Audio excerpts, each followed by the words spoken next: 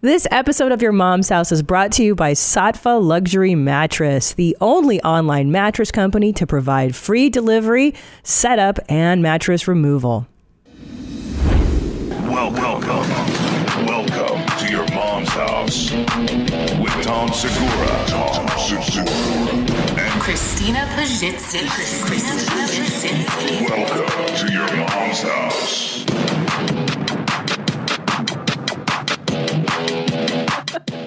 This is it. Here we go. We're finally here. I can finally do it, Gene. Okay. The second half. Mastermind.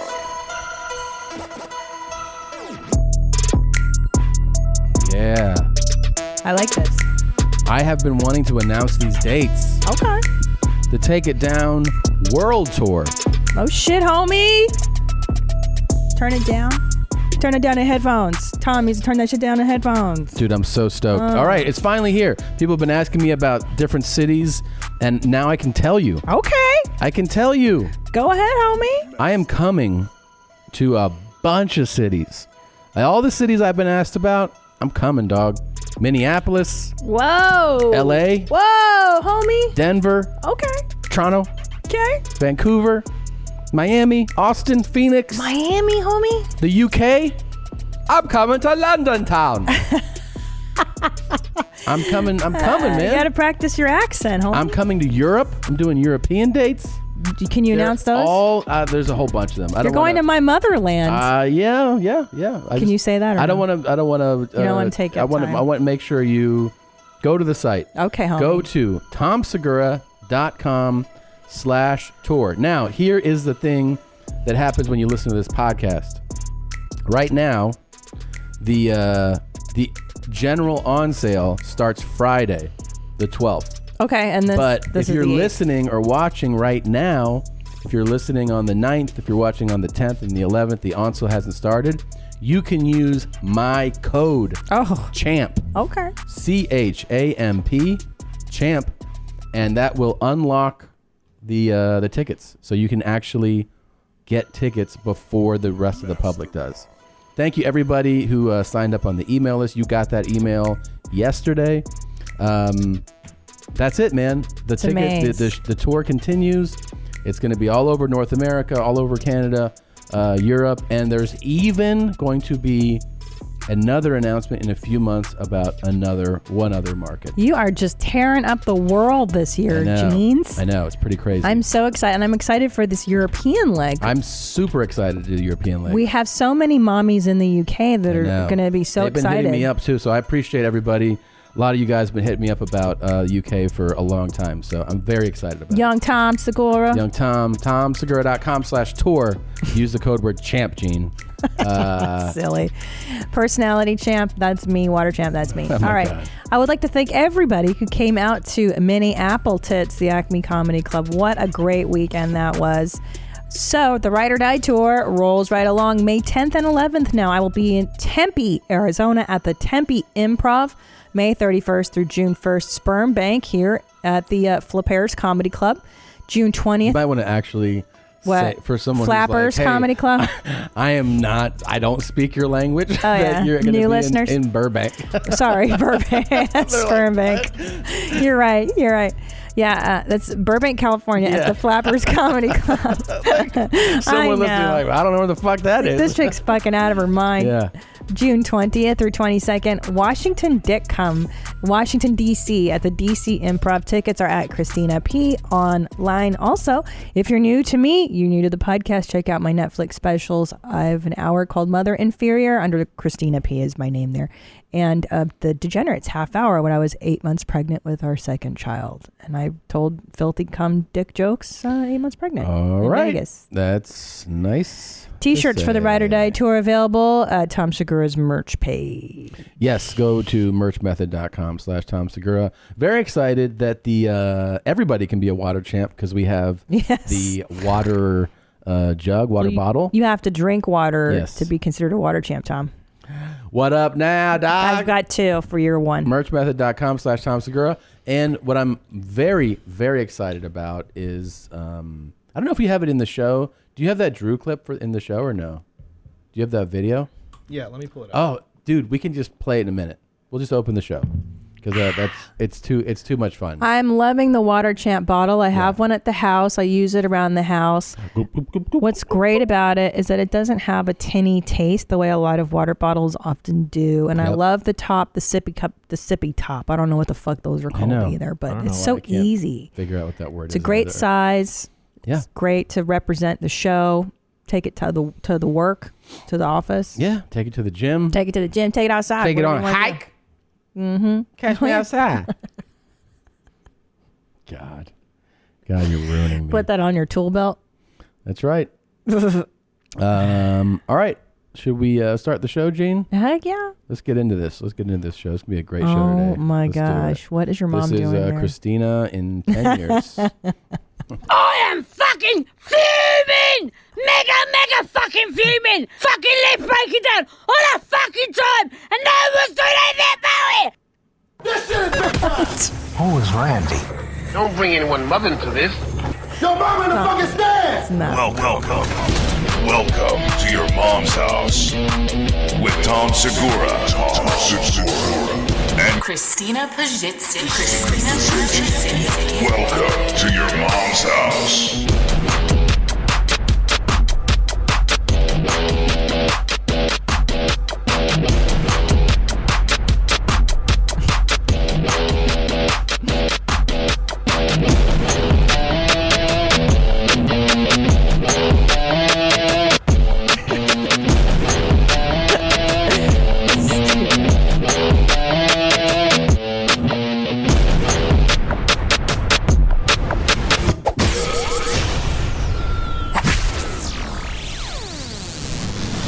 There's it's British Christina. What am I talking about here? I think you're upset you didn't get tickets to the Take It Down tour. Oh, is that what?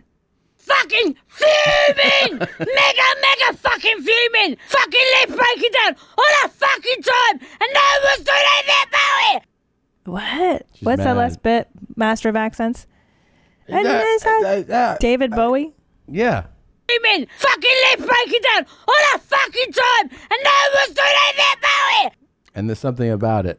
Oh, let's do something about it. Yeah. I'm fucking fuming. What's the next part of that? I'm fucking angry! Fucking getting soaking wet every fucking day! I'm fed up with it! Crying. She's got tears coming out of her Yeah, eyes. yeah. Jesus. I was very upset this day. How did you find this one? Someone sent it to me saying that this was Christina from the future. I wasn't sure, but I mean, I see the resemblance. I kind of do too, actually. If I'm being honest, Yeah? I don't not see a resemblance. Right. Like if I were to gain a good other 10, 50. 15. Those are my old teeth. Those are teeth I had when I was a kid. Right, The space. right. And then the bulging eyes. Easy. Yeah. Easy. If you had stayed after your semester or your year at Oxford. My ear. Yep. This could have been This me. could be you. Eating those sandwiches you love. Remember Hell, curry chicken those? mango The curry chutney. chicken mango chutney. Hell yeah, Look dude. at this bitch, man. I know. It's not. She doesn't not look like me. I'm not gonna lie. This would She make could be me. my dick invert grow into my body. What are you talking about, If this was like what I woke up and saw in the morning, I'd be like, babe? Nobody wakes up next to this woman. someone does. No. That's a celibate man. No. Yeah. No. You gotta maintain, bro. That's why Does you she gotta keep maintain. going? I don't know. That's it. No, this was Thank a very short. God. It's just these two clips. God, what is she so upset She about? stressed me I out. think it's possibly about the weather. Oh, because she's getting rained She's saying on. that she's Right. soaking wet. I'm Right. fucking angry! Fucking getting soaking wet every fucking day! Maybe- I'm fed up with it! Maybe she's talking about her panties, though. No. That's very possible. Yeah, she's getting turned on. No. What I am talking about. I am referring to the weather. And This is you're confirming this is you? well, this is when I lived in Gloucestershire. Mm-hmm. In Gloucestershire, and it was very, very rainy Mm-hmm. every day for months and months. I'm gonna do my whole set with a British accent. Are in you? there. What are you gonna open with? Hello, mate. Like that. What do you sound like when you do it? You sound like a pirate from Pirates of the Caribbean. Hey. Like a fake pirate, like a fake British pirate. Hello, or should I Crocodile Dundee? That's not a Australian. knife. Now there's a knife. You don't I even know. the difference between those accents. I know the difference. You don't, because How do I not know? You're doing your British accent like Crocodile Dundee. No, I'm not. Do it again. Hello, mate. Yeah, doesn't he sound like? That's not a knife. Now there's a knife. No. That's great time at London town. I bet you were invited to London town. I was. You didn't just show up demanding. Today's guest too. Invitation only, bitch. Yeah. Hashtag invitation only. Invitation only. Yeah. We Know what keep I mean? a strict code around here. Not just We do. anybody can get You on the show show. up. Yeah. All right, mate. Ma.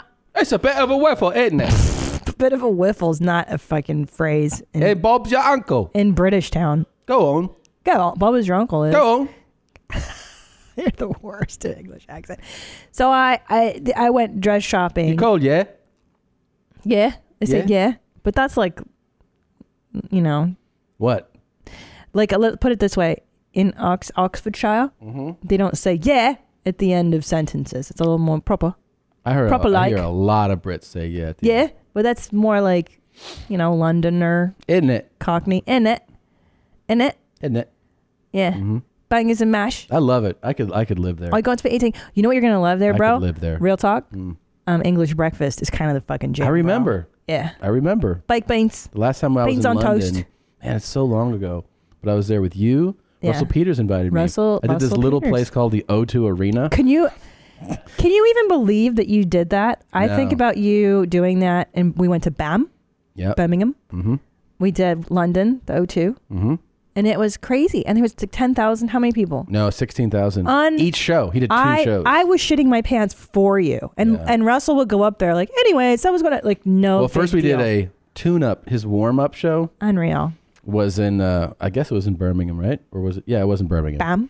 Yeah, we went to Birmingham. He's like, we do a warm-up show before the arena show. I hadn't even been in an arena, and the warm-up show in Birmingham was 7,000 people. Ah, So he was just like, he's kind of get loose. dipping the toe in. Just kind of see what it's like here. I bombed on that show. I ate shit in Birmingham. I think you're a lot harder on yourself because I remember that didn't show. go- You did not bomb. I didn't bomb, but I was like, huh. And he actually, we were talking after the show. I was like, yeah, I remember. I was like, that wasn't great. And they're like, that's because, this is what even he said. He goes, those people were off the boat. Like, he's like, here, that you did a show to foreigners. Legit. But in London, it was a Legit. little more like our contemporaries. Because I remember it was such a unique experience, a Russell Peters show, because you look at the audience, and it was just a sea of yes, yeah, like It was. my stepdad. Put it that way, my Yeah. stepdad and his family, and it was. I've never But seen it. there was a huge, the Birmingham show. It was awesome. He was like, these people just got here.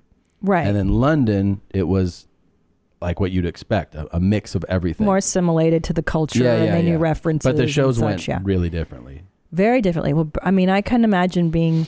I don't even how far along in comedy were you at that point in your career? 8 years, 7. Yeah, 7, 8 years. And I remember I was shitting nervous for you, and watching you up on these huge monitors, and I was like, "How is he doing this right now?" I was just so impressed that you could even have the then nerve to do. I couldn't. I 2 fucking weeks shit. 2 weeks later, I did Comedy Central Presents Isn't that in crazy? New York. Yeah, Wow, with the Full Charge, right? Wasn't Full he on that Charge, run? Jay Larson. Jay Larson. Yeah. Wow. We all taped our specials. Very cool. I remember that when I was in London, I was like, man, we're pretty close to broke.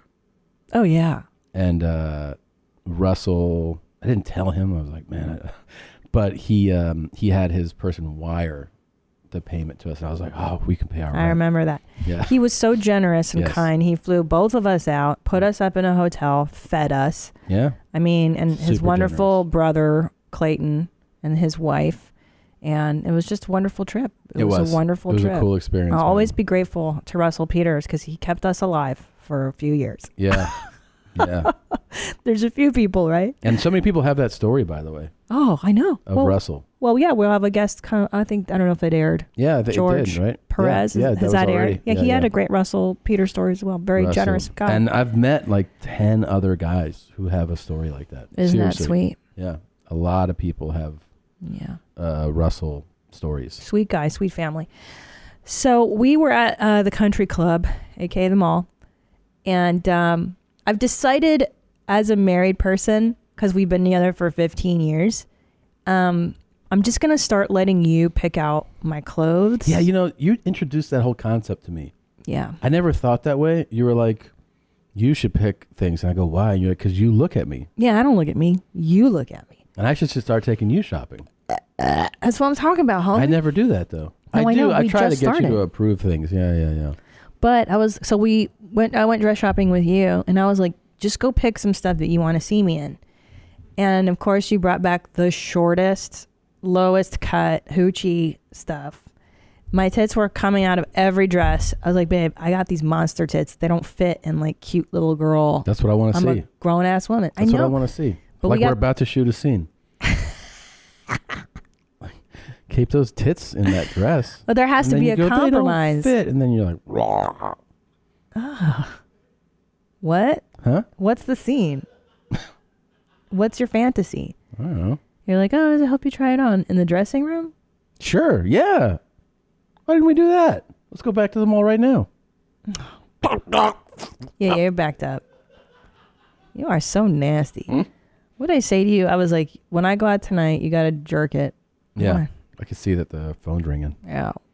I go, I'm going to go out to the Comedy Store tonight. I can't make sweet marital loves to you tonight because I'm working. Yeah. I said, when I'm gone, I want you to clean your pipes. Yeah. What did you tell me you're going to do with your pipe sauce? Oh, I said I was going to jerk off on your pillow. So that when you get back home, you lay down, it's just like... What are you, 5? Then you sit up, you're like, what's going on? Your pillow's stuck to your head. Nadav, are you listening to and the the pillow slowly just falls off. You're like, what is that? This I'm is like, not I how don't you know. talk to your lady. That's how you turn chicks on. What chicks? That's what chicks like. Chicks don't like this kind of talk. Yeah, they do. Listen, I'm damaged goods. That's why I tolerate this kind of talk.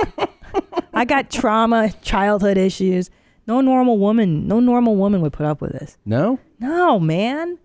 No, you got me at a vulnerable point. I was like a wounded, what's the word? Gazelle. Yeah. You snatched me right up before I got into therapy, you know? Yeah. You know, I like you. I love you.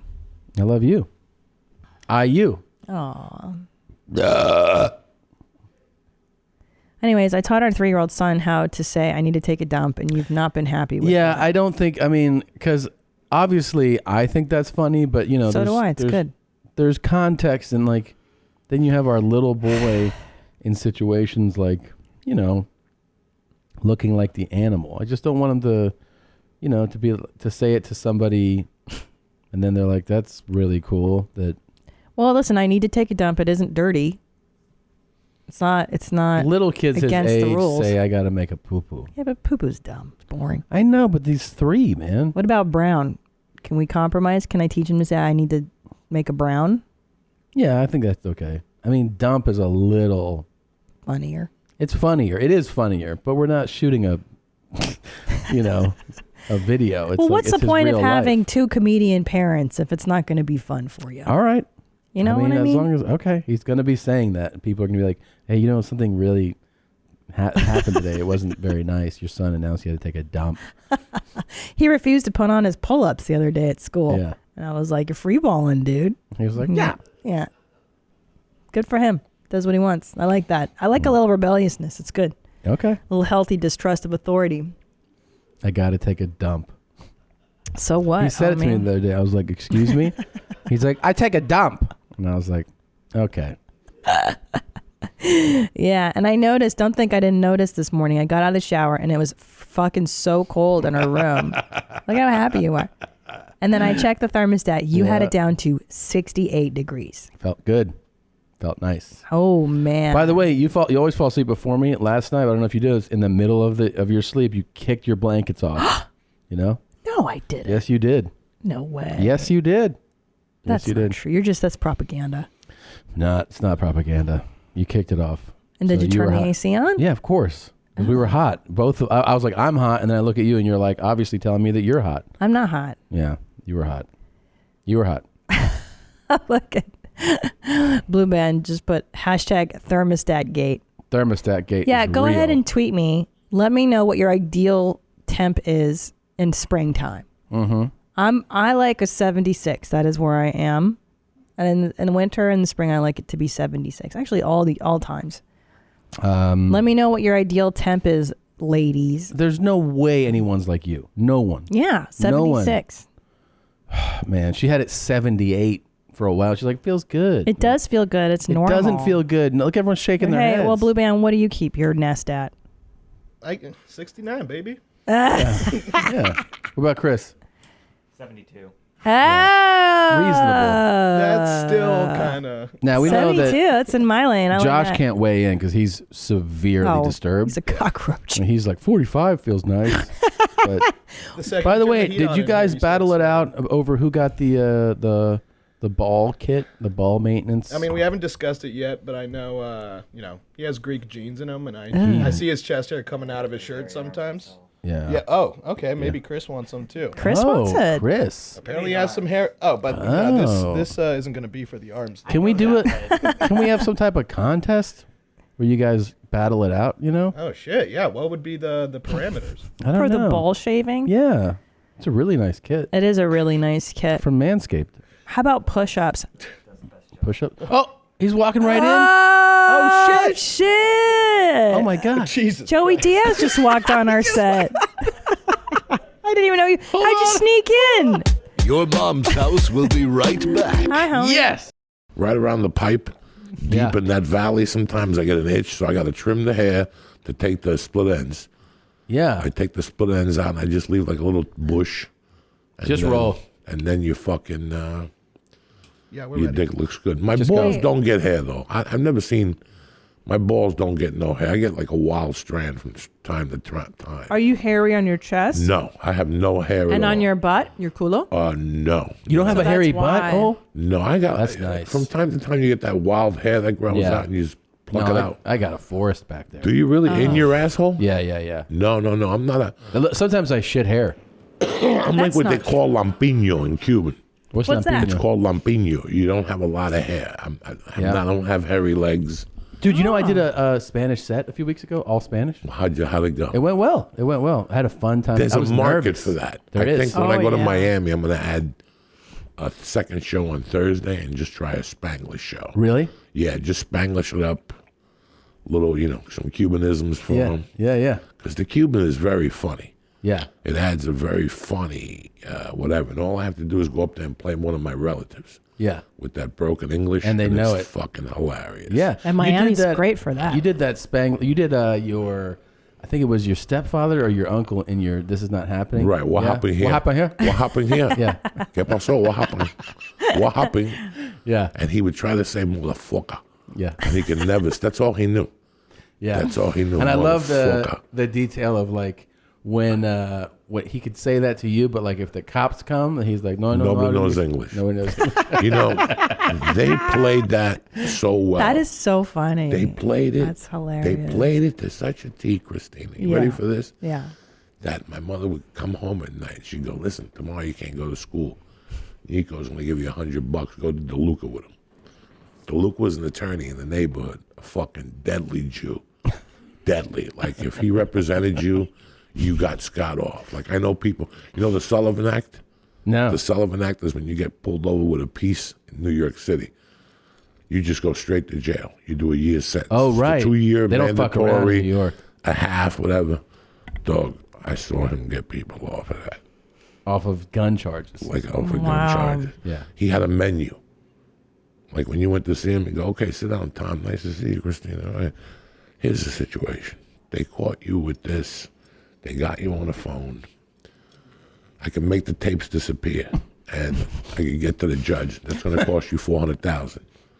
For $300,000, the tapes will be admissible, but I'll hire an FBI witness to say that they were tampered with. You're still going to do 6 months. For $200,000, you do 9 months, and for $100,000, you're going to do 18 months. Give me a call. Think about it. Great to see you. And it would be like and my mom and stepfather would be like, or anybody else would be like, ¿Qué dice? Yeah. Even though they knew what he was saying, Right. they would never let the cat out of the bag. I- They played yeah. They played immigrants. Because you got to keep That's that leverage. smart. You That's know, leverage. You got to That's keep how your you leverage. get out of jury duty too. Yeah. It's a Hungarian community trick. My dad always told me once I get the thing, like you just go in and they you're like, don't even want to hear it. Oh, fuck this paper. Forget it. You know, it's like these poor bastards, these poor white bastards in Hollywood that are going to get thrown under the jail for paying off their fucking kids' college. Those two people, those $1 million bails, they're going to get thrown under the jail. Yeah. And the $250, she's going to get some probation or something. Well, listen, I kidnapped a dude, threw him in the trunk of a car, and my bail was $50,000. Yeah. Damn. And this bitch paid $1 million. $1 million bail a piece.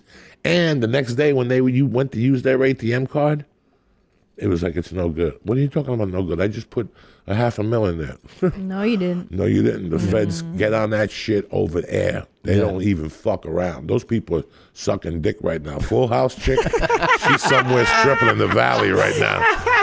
That's that's a lot. They lot of racketeering, they just seize your assets. Yeah. They wait till you come from trial, and then they just take everything. It's wild, man. They go to your house the next day with tape recorders. Isn't it crazy that they felt so compelled, like that their kid could just go in. Their kid could have gotten into any college, but they're like, nah, my kid's got to go to this college. I do not want my child involved in any aspect of this area. I am just waiting for a signal to get the fuck out of here, whether it's a little out of Reno, maybe it's Vegas, maybe it's Tennessee, and it's because of what's happened the last 3 years. Harvey Weinstein, Jussie Smollett, R. Kelly. You got to think of this Michael Jackson documentary you just saw. This thing with these fucking people paying for your kids to go to college. It's a bad environment. Just think of this is all the Hollywood machine. Yeah. If you really think of Jussie Smollett, I feel bad for him. Yeah. I feel bad for him because he got sucked into it. Have you ever been on a set and you see people who are getting sucked into it? Yeah. And then one day you come out of that fog between the business manager, the agent, this manager, your 19 assistants, you're fucking broke. Now, remember, we go on the road because we enjoy it. Yeah. I don't go on the road for money. I go on the road because I have a good fucking time. When you go on the road for money, because you need to pay the mortgage, that's it's not that much fun taking pictures with people and hanging out with people. You're right. It's not. So the point I was getting to is they're so stupid. You looking at me? You're looking at me. I'm not the most intelligent guy in the world.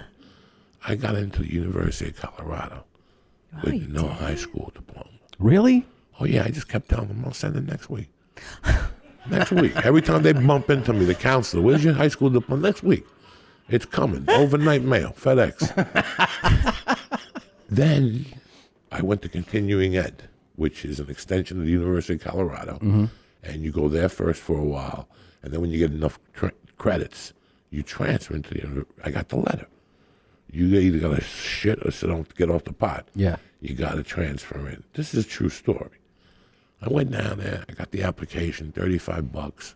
I just made up a bunch of fucking shit because I had taken classes at Colorado Mountain College in Aspen. And all those credits transferred with me. That's not when you lost credit. You didn't lose credits then. You know when you transfer now, you lose 92 credits. Yes. Fuck you. How is that even? I'm not losing. I did fucking residential wiring. I did all these fucking classes. So they didn't take those credits from me. The university came to me, came to my face. I don't give a fuck who goes to jail now. And they were like, I wasn't thinking, Tom. Yeah. I used in the application Joey Diaz. I wasn't even thinking about it. A week later, denied. But when I went to one of the classes, I bumped into a guy that was trying to help me. And he goes, aren't you Cuban? And I go, yeah. He goes, what's your real name? I go, Jose.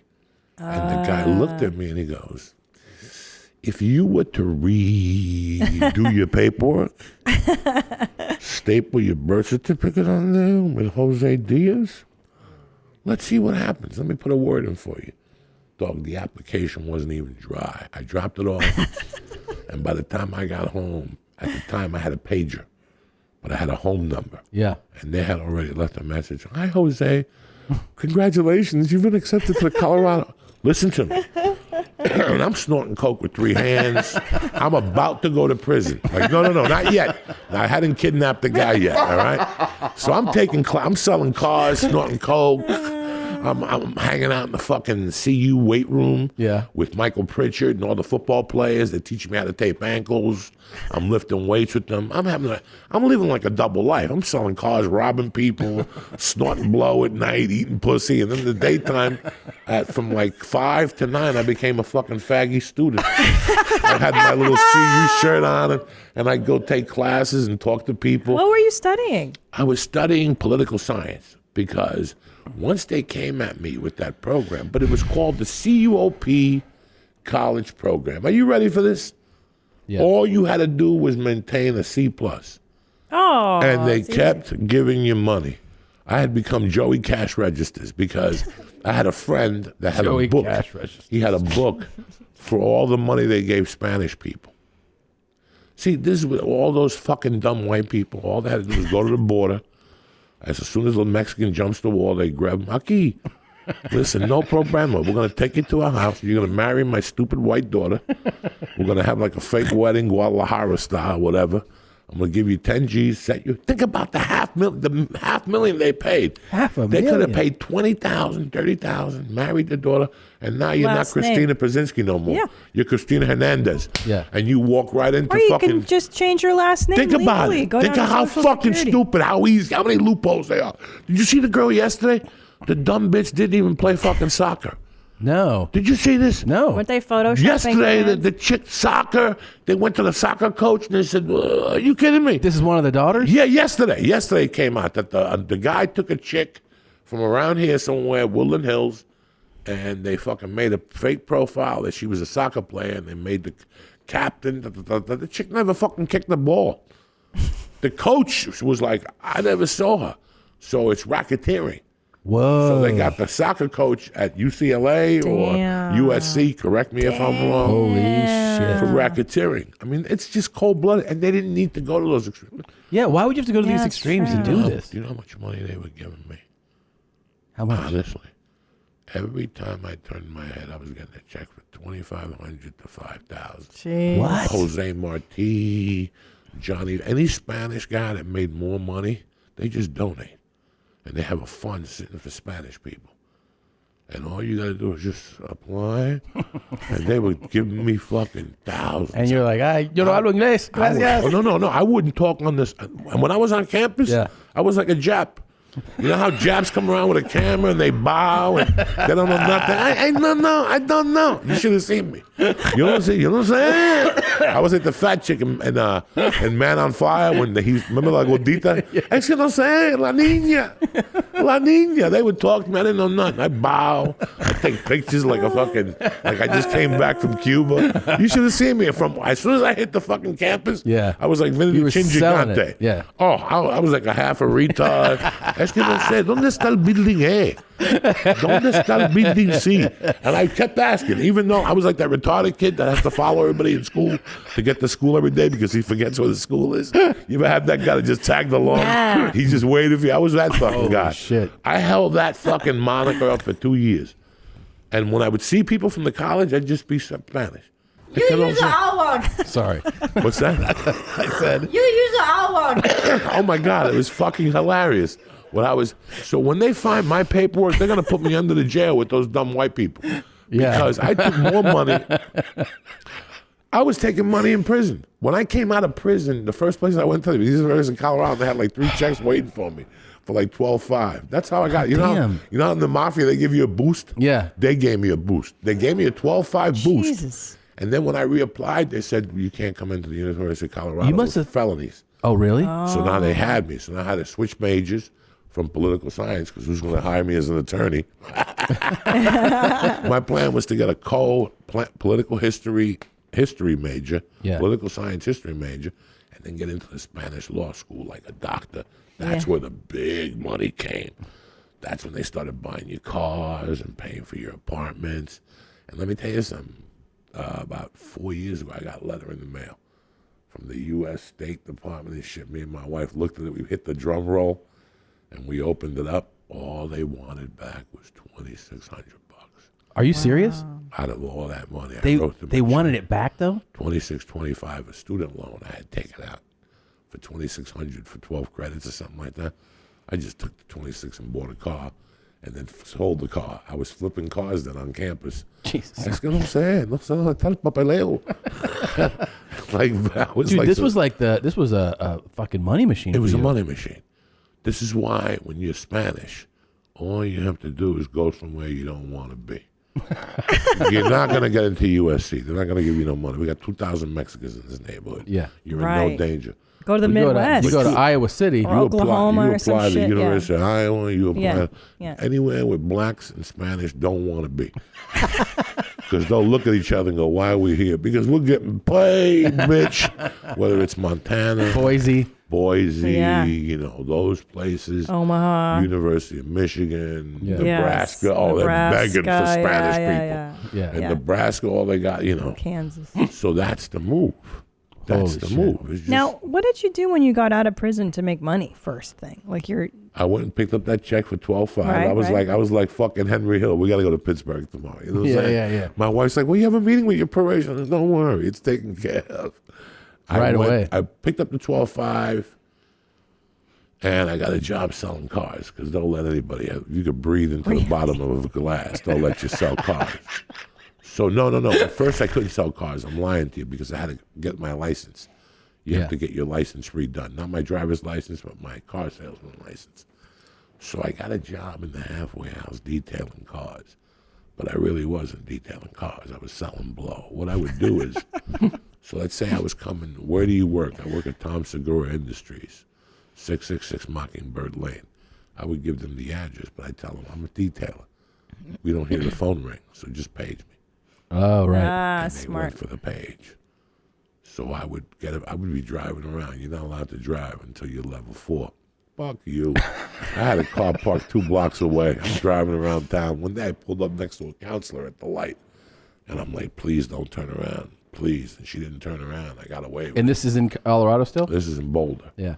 So I was It's so washing funny to cars, picture you as a Colorado selling guy. coke. I know. I don't I see was you there. slinging coke, selling cars. I was clean, but then I came up positive from weighing the coke. When you pick up the rocks and shit, the shit goes through your fingers, Yeah. and it goes into your bloodstream. So I pissed coke, and that's when the problem started. Now I had to wear gloves and a mask. What happened when you tested positive though? Did they? The first time they made me go to a 90-day out treatment, like Artie Lang type shit. And you went? Oh yeah, I'm in there selling coke, getting my dick sucked. There was a chick in the group that would suck dick just by a look of an eye. They give us a little break. We go behind the building, a little souk a la mink, and I go back in and tell them about my mother, how she beat me with a paper towel. The chick's name was Patrice. I never forget that. I would just see her and she'd suck my dick. It was tremendous. She was in the halfway house with me. I would check in when you got into the halfway house. You'd have to sign your name and there'd always be a note. Come by my door. Because there was chicks on the first floor. And I would go by her door, knock on the door, give her a little piece of coke, and just take my dick out of the door.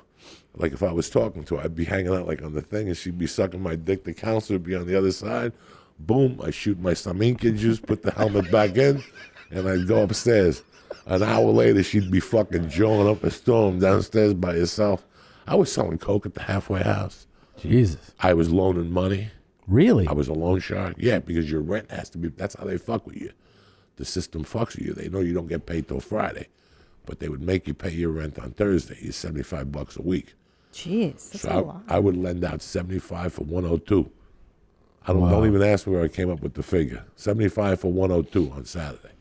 Let them cash that check. Now, what happens if someone doesn't have the 102 ready? I wouldn't fuck with them. Yeah. I'd just say, go fuck yourself. Now you get nothing from me.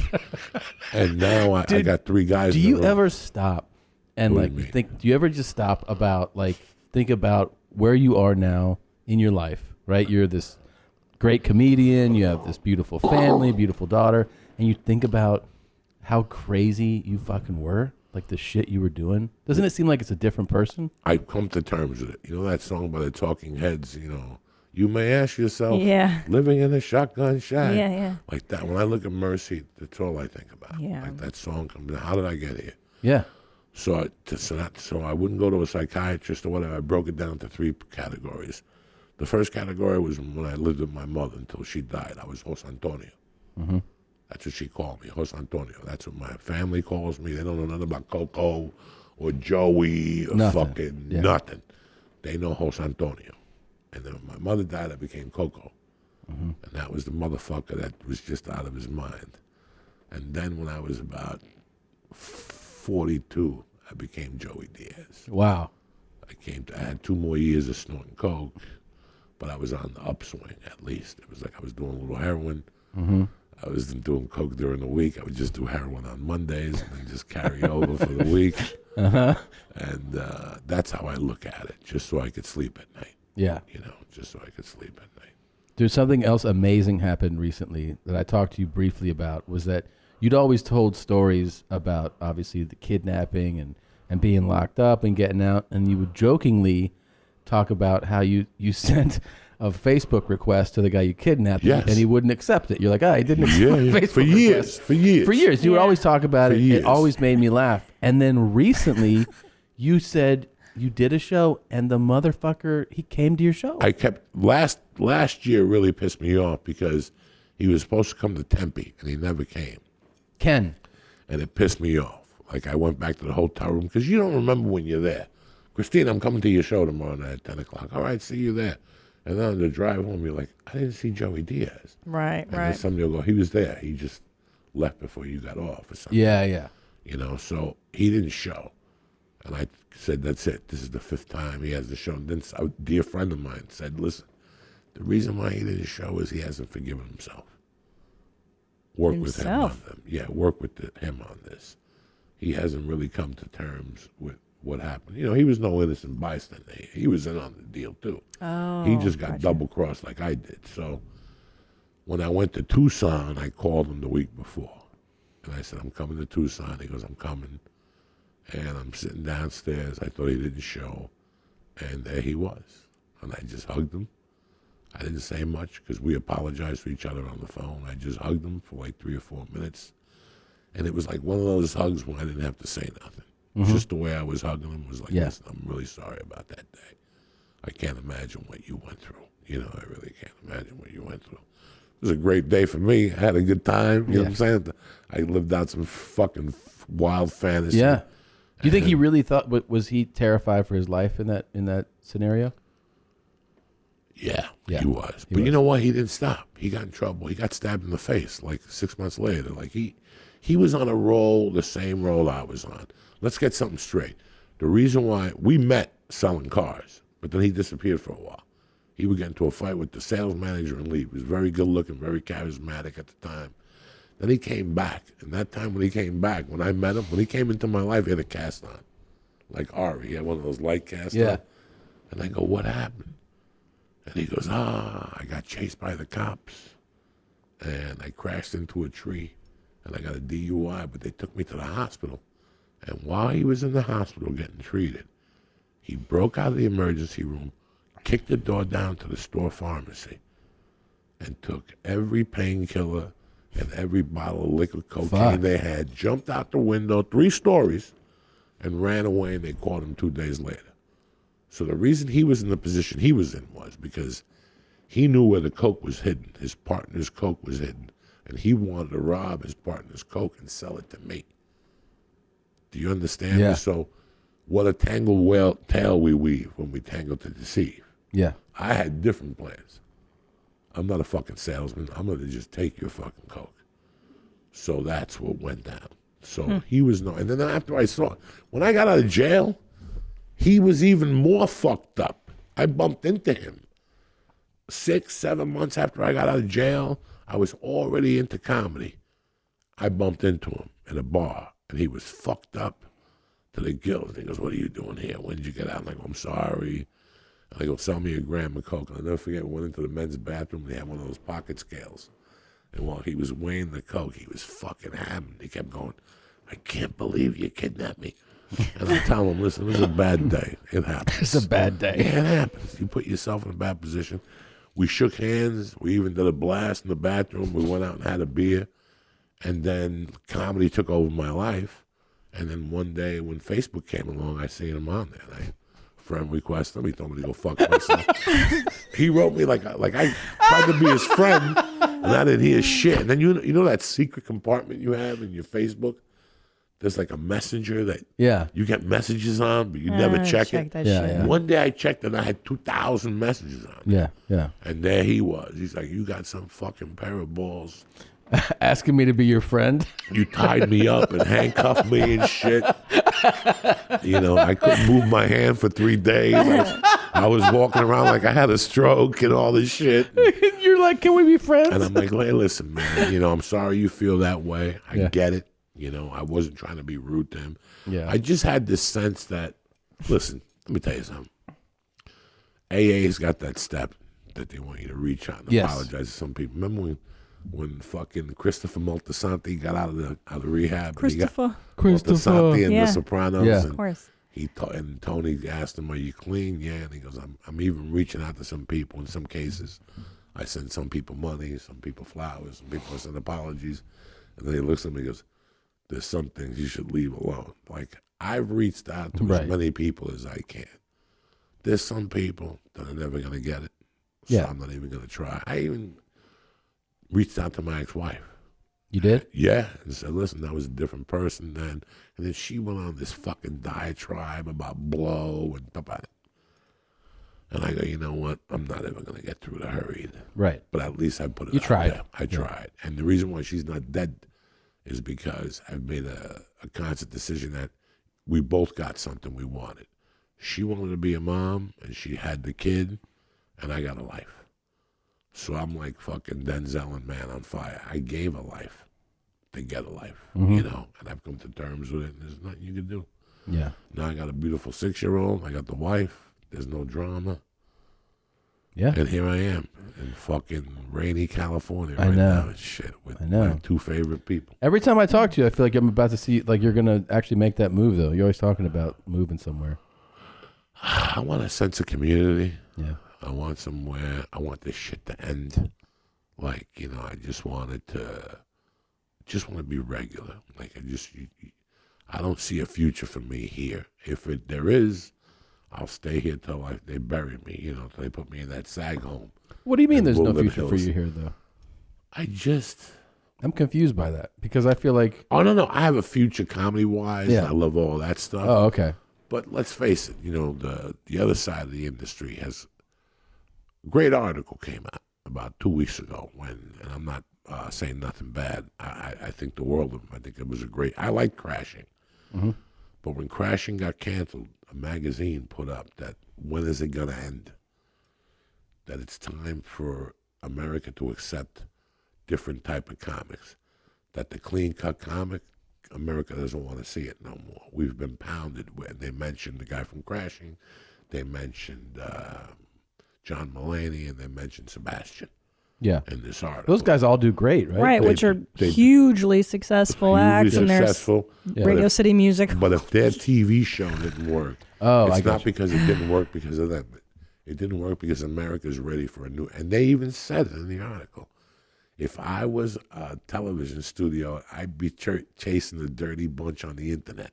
Yeah. That's who America really wants to see. Those people with a little bit more, not regular friends, blah, blah, blah, blah, blah. I would like to repitch a show or something like that, maybe give myself a future here. But if it's just to work the road and do a podcast, you can do that from anywhere. That's true. Yeah, okay. that's true. A couple of weeks ago, I went to Tucson. I'm sitting in the back with Lee Wellington, the guy that runs that theater, great guy, and his little assistant. I go, I'm starving. Do you have any menus anywhere? And the guy goes, let me tell you something. There's a place down the corner. Fucking tacos. Bourdain went there, and and I'll bring you a menu. And he came back with the menu. I didn't even look at it. I go, just get me carnitas, get yourself some tacos, get some for Lee, and get some for Kate Quigley. I gave him $60. Now, I'm not a cheap guy. He came back with a box of tacos, 2 of them, and a bean and cheese burrito, and he gave me back $41. It was $19 for fucking 16 tacos. Yeah. And a bean and cheese burrito. Yeah. A couple weeks earlier, I went somewhere, St. Louis or something, and I got like a fucking huge lunch. salmon, mashed potatoes, a salad, a cup of fucking lentil soup, iced tea. $12. I told the waitress she made a mistake. And she goes, no, I didn't. That's what the food costs. And you come here and you see what differences. Again, I'm not cheap. I'm just talking about I want to go somewhere where I don't feel I'm getting fucked in the ass. Right. Yeah. We gotta, how much longer are we gonna pay $25 for fucking luggage? Even though I don't, but I'm just saying, how much longer? Yesterday, tremendous, the biggest deal in fucking Angel history. Oh yeah. They gave that guy $437 million, and all these Angel fans. Well, who do you think's gonna pay for that? Yeah. Now your tickets went from 69 to 89. What if you and Christine and your two little children want to go to a fucking baseball game? No, it's crazy. It's 4 times a yardstick plus 50 for parking plus 7 for a soda. Or try going to Disneyland. That fucking costs a fortune. But I'll tell you what. Yeah. Disneyland justifies it. Yeah. I'm going to tell you something. When I go to Disneyland, go for it, Joe. If I turn around and Mickey Mouse fucks me in the ass and I pay the $119, I get my money's worth. And I'll tell you why. You know you're not going to get blown up. You know you're not going to fall off one of those fucking rides. That's true. The place is fucking clean. Immaculate. Clean. Not even a gum wrapper on the fucking floor. And if something does happen to fall, I know. There's a little fucking Mexican dude with a sweeper with Mickey Mouse ears on that comes up right behind you and pick it the fuck up. They don't fuck around at Disneyland. Let me tell you, I went to Disneyland pissed off this last year. First of all, I went to the premiere. Listen, let me tell you the hookup I got. I went to the premiere of Coco. They couldn't find people named Coco. So the guy goes, how about Coco Diaz? I go, my daughter will definitely go see Coco. So they took us downtown. Seriously, just because your nickname's Coco? Yeah, they took us downtown. They're like, this guy's totally Disney friendly. Food, 3 floors of fucking white people. Drinking martinis mixed with fucking shoe polish and CBD oil. I'm over there mingling with my daughter and my wife. And the kid comes up and he goes, bro, I love you, Segura, Rogan. Like, you motherfuckers are the real deal. If you ever want to go to Disneyland, here's my card. Yeah, dude, hook it up. I got it for you if you ever want to call him. Okay. Hell yeah. My wife wanted to go. I called the guy. I go, hey, this is Joe Diaz from Coco. How are you? I don't want to intrude. You feel embarrassed. Yeah. You did say if there was a hookup for Disneyland. He goes, let me call you back. He got me the Joe Rogan package. Really? The Joe Rogan package. Joe Rogan just shows up, everybody gets a yardstick. But they take him through caves. He cuts through lines. Yeah. The guy gave me that deal for 10 people. Oh, awesome. I took my nieces, Eddie Bravo and his kid, and me and my wife and the tribe. We stayed at the hotel. Awesome. 2-3 days. They walked around. I walked around a little bit with them. There's some rides I can't do. Yeah. But that ride that you sit and you see the world and you smell the dirt and they throw dirt at you and all that shit. What ride is this? Around the world or something in Small 80 days. World? Oh, I don't know. Oh, my fucking I haven't been God. to Disneyland in a long time. And you're cutting lines and shit, right? You cut right through people. Like, how you doing? Vote for me. You're walking around like fucking, you're walking around like you I've got heard a about 3-foot this. dick. You Yeah. just walk past people and cut through them. And people must be love like, that. hey, what are you doing, right? Are they looking at you? No, they Yeah. know. They know? Yeah, They know? people know. People know that, you pay a little extra. Yeah. It's a lot of money. Yeah. It's not no fucking joke. Do you know how much it is? Oh, yeah. Can you say? Yeah. How much? $400 an hour. $400 an hour. And there's a minimum for sure. 8 hours. Whoa. No, 4 hours. 4 Okay, hours. that's some scratch. But, me, my little Jewish skills. Yeah. Got it cut down in half. You know what I'm saying? Dang. So, you know what? It was the Netflix thing. Yeah. I took that Netflix, the first check, and I gave it to my wife. And I go, what do you want to do? And she Look goes, at you. Disneyland You're with sweet. Mercy. Oh, you're the best. So Joey. let's go to Disneyland with no concerns. You pay, you go, you're getting fucked in the ass. But I got to be honest with you, when I left there, It's a good fucking. I got to be honest with you, I did not feel like I was getting fucked in the ass. You didn't, yeah. Wow. Because every day you see about these companies that a roller coaster falls. Yeah. Look at yesterday on Carnival Cruise, some fucking white dude bungee. And all of a sudden the bungee broke. He's like, I think my leg could move. What the fuck are you doing on a cruise ship? Who goes on a fucking cruise ship? I agree. Who the I fuck hate goes it. on a fucking cruise ship? hate If you're that. thinking about going on a cruise ship, shoot yourself right the fuck now. You cannot be that fucking retarded walking around with 3,000 people. Yeah. I hate it. breathing the same air in a little fucking room, eating that fucking Maluk Shitty food. Dog, I went on one. I went on one fucking cruise. Terrible. But that's because I was 21 and she let me fuck her in the ass. We took the cruise around New York, where you go outside New York and you can gamble and eat and the whole thing. But it bring you back the next morning. Okay, so one night only. One night only. Yeah, but around we New did this York. horse shit. It's like 6 nights. No, 7 days. And then and they make you sanitize your hands before you go on the buffet because every nasty motherfucker. It's gross. Coughing, sneezing, touching, and then they had an outbreak of some flu. Yeah, then they quarantine people. Especially now. No, every week there's something different. Disgusting. Every fucking I week hate there's cruises. something. And what are you gonna do on a fucking boat for a Nothing, week? Drink, nothing. eat and drink. Listen, go to Key West. Rent a fucking guy to take you out. Yeah, I would You much see rather sharks. vacation Yeah. at a location, In right? 4 Go hours, somewhere. you're back. Go Yeah. somewhere Yeah. cool. I don't do nothing in groups. Every time those groups die, Yeah. they die. They fucking die. They I don't let like the groups Things either. fly, You're gondolas and right. shit. But I the don't- carnival cruise is the worst. Is that what you did before? You done a carnival No, cruise? I could just see. That's I a could, fucking it doesn't dog take shit. a genius to let you know. No. It's a hotel. Now they take you out and you're stuck with these fucking people. Yeah, man. You got to walk around. I don't want to play shuffleboard. I don't want to bungee, and I don't want to eat that fucking buffet food. Oh, it's the worst. It's the worst. It's a No, I don't mushy- want to be on a cruise. I want to go somewhere where I go. First of all, I'm not a vacation type of guy. No. You got me for 3 days. You got my attention for 3 days. After 3 days, I start scratching, fucking acting erratically. You know, I got to get the fuck. That's why Thursday, Friday, Saturday.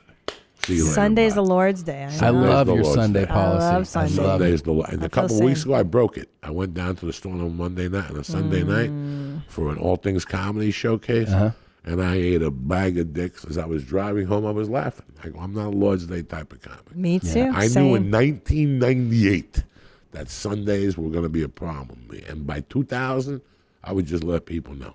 My favorite thing about it, though, I've here's the done thing. that You're because of you, by the way. Yeah, you I have a no definitely Sunday set policy. the precedent. But my favorite thing about it is you had the policy before you were really selling I tickets. didn't give a fuck. Yeah, I know. That's the fucking baller thing is that you guys don't understand once you sell tickets, you can dictate things, you know, and people are like, all right, it's whatever you want to do.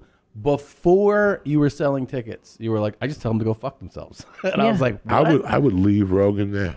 Yeah, you would, right? He told me you left before. I left him 2 or 3 times. He wouldn't talk to me for a month. But I told you already. I don't work Sunday. He's like, you would just be gone. Papa don't work Sundays. Why? I What do you agree. mean? Papa don't work Sundays. I don't even answer the fucking phone. The last thing you want to do on a Monday, bro, is Yeah. take a flight. Yeah, it's horrible. I'm Yeah, I telling agree. you right now. What, I you know. really want to fuck around? I Take know. a flight on a Monday. If you're gonna stay till Tuesday to go to a Yankee game or Tuesday Yeah. or Wednesday, I get it. Yeah. You know, but there's no reason to depressing. work Sundays. Think about it. What the fuck do you want to do on No, Sundays? I want to be home. I want to. First of all, I don't miss 60 Minutes. Yeah. That's my motherfucking show. I have it recorded I every don't week. miss it for nobody or nothing. Okay. I don't miss 60 Minutes for nobody. Yeah, I don't what are watch you them- doing on a Sunday? I imagine you're sitting in your boxers, you smoke a little weed. If I get home from the road, Cooking. first of all, I take the first flight out of wherever Always. I This am. guy's Always. 6 a.m. 6 flights. a.m., I 5 agree. a.m. I I get home. agree. They go to church at 9. Okay. So if I walk in the door at 9:45, I unload my suitcase, set the sleep apnea machine up, take a shower because that flight's filthy. Filthy. The first thing I do, though, because my asshole knows, the compass in your asshole knows when you're away from home. Yeah. So when I'm on the road, I take minimal shits, like 8 inches, 6 inches, little torpedoes. Minimal. Minimal. When I jump lot. in the Uber Yeah. at the fucking airport, Yeah. that's when my asshole starts culminating 3 days Yes. of what you've been eating. And at the You've sent me airport, photos. before I get into the Really? plane, I drink a kombucha. Oh, They sell yeah. it at the airport, Yeah, and yeah. that gets Wait, shit moving. is that kombucha? Kombucha, whatever the fuck it is. It gets shit moving in your stomach. On the plane, you drop Quinau. a little turds. Quinau. On the plane, you drop a little... What do you mean? You're shitting on the plane, or you? just those pre-shit farts that are horrific. Yeah. That yeah. people start looking around Yeah, and it's like- swatting their necks and shit. Yeah. Like, so I drop a few of those. I get my luggage. By the time I get in the Uber, I tell the guy midway, listen, I gotta take a tremendous shit, so get out of this fucking left lane and get into that fucking IHOP, that HOV lane right now. Get on there. I ain't got time to fuck around. By the time I'm exiting Laurel Canyon, those pre-farts are coming out. I take the 20 out, I give it to the Uber driver, I fucking run in the house, I go to the back bathroom that has a door that goes into my backyard. Yeah. I have 3 bathrooms, and that bathroom is priceless. Because I open the door, I sit down, and there's a bong and a pipe and a table next to me with weed underneath. So I fill up the pipe, and I hit it, and as I cough, the shit slides out like nothing, like no stressing. I'm not going to die like Gigi in The Sopranos, backed up by turkey pushing. You just cough. And all of a sudden, you just feel those blocks coming out. And then you catch one of those midway ones that's long. You just got to keep coughing. And all of a sudden, you just feel it coming out of your ass. Sometimes I go to, and I don't put my ball sack in the thing. You don't? I shit high. You put your balls out of the toilet? Yeah, I don't want, you got to respect your wife. What do you mean? What do you mean you don't put your balls? I don't put my balls behind the toilet. That's disgusting. Why? Because they'll dip in the shit. Yeah, next thing you know, you're sucking my balls and your teeth fall out. I don't put my nutsack in the toilet. That's courteous. I pick them up, put toilet paper, and put it on my nutsack so I can rest. So my shit goes up higher, so it's got more room to go down like a missile. Yeah. And then when I get up, I piss on it. And then the piss throws it down the hill. The log just goes in, and then I wipe. I throw it on top of that, and I flush. I wash my hands, and I'm ready. Now I empty the suitcase. I set up the sleep apnea machine. I staple all the receipts. Now hold on, back it up. I can't imagine that your cleanup is easy. Do you have a washlet, a bidet? I have a bidet too. The bidet goes in. And you fire that up? Huh? You fire that up? Right the fuck up. Isn't that the best when you've been on the road and you're smashing, wiping with dry paper? It's horrible. It's horrible. And then you get home I love and tushy. I know. I love it. I fucking press that thing. I got the hot water. It sprinkles your ass. You sit there. You go into one of those little fag trances. When they snort those poppers, you ever see that dude from KTLA? Yes, I know what you're talking about. The dude from KTLA, the one that Chris Burrows, they tried to hide his death. Yeah. KTLA, a real sweetheart of a guy. Yeah. And they found him in a hotel. He died, yeah. Yeah, they put 2 meth rocks up his ass.